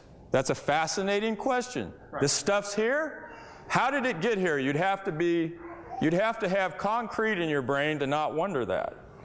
Okay, and that's so. One of the greatest goals of science is to explain the origins of things. So what do I say positively about origins? I would say that would raise several major questions. I don't think science can handle the subject of origins. It's not part of science. We observe dogs producing dogs. How the original dog get here is outside the realm of science. Don't discuss it. No matter what you say about origins, either side is going to upset somebody. If you talk the creation view, you're going to upset the evolutionist. If you talk the evolution view, you're going to upset the creationist. The subject cannot be discussed in a taxpayer-funded school without alienating somebody. It's unnecessary to biology. You could teach all about the anatomy of frogs and hamsters and humans and whales without ever getting into origins. Why waste time on it? There's so much to learn. If we want students to be good doctors someday, they need to learn the biology. The origins has nothing to do with it. There isn't a doctor on this planet that does surgery on people that his study of origins has anything to do with this surgery on these people. It has nothing to do with it. Okay? So it raises a much bigger question of, should we even have public schools? Because they are getting into the origin subject. Maybe everybody should just go to privately funded schools. The Muslims can teach what they believe, the Catholics can teach what they believe, the Baptists teach what they believe, and then strict competition. The better doctors would win out the jobs. It wouldn't matter. I'm telling you, the subject of evolution is unnecessary. It's counterproductive. It's a waste of time, and it's not science. Why is it included? I think you should simply, kids, I'm going to teach you biology. You probably know an enormous amount of biology about the nervous system, about the circulatory system, the lymphatic system, all the systems of the body. Teach it. Leave the origins out of it. Contrary to what some of my students say, about 85% of what I teach in my general biology course is not evolution. Good. I get accused all the time, oh, Dr. Rainbow, that's all he ever teaches is evolution. That is complete poppycock. You look at my syllabus, I'm teaching them about DNA and RNA and proteins, and that's good. So I do. You asked what I thought you should do. I would leave out the other 15% then and make it 100% biology. Just teach biology.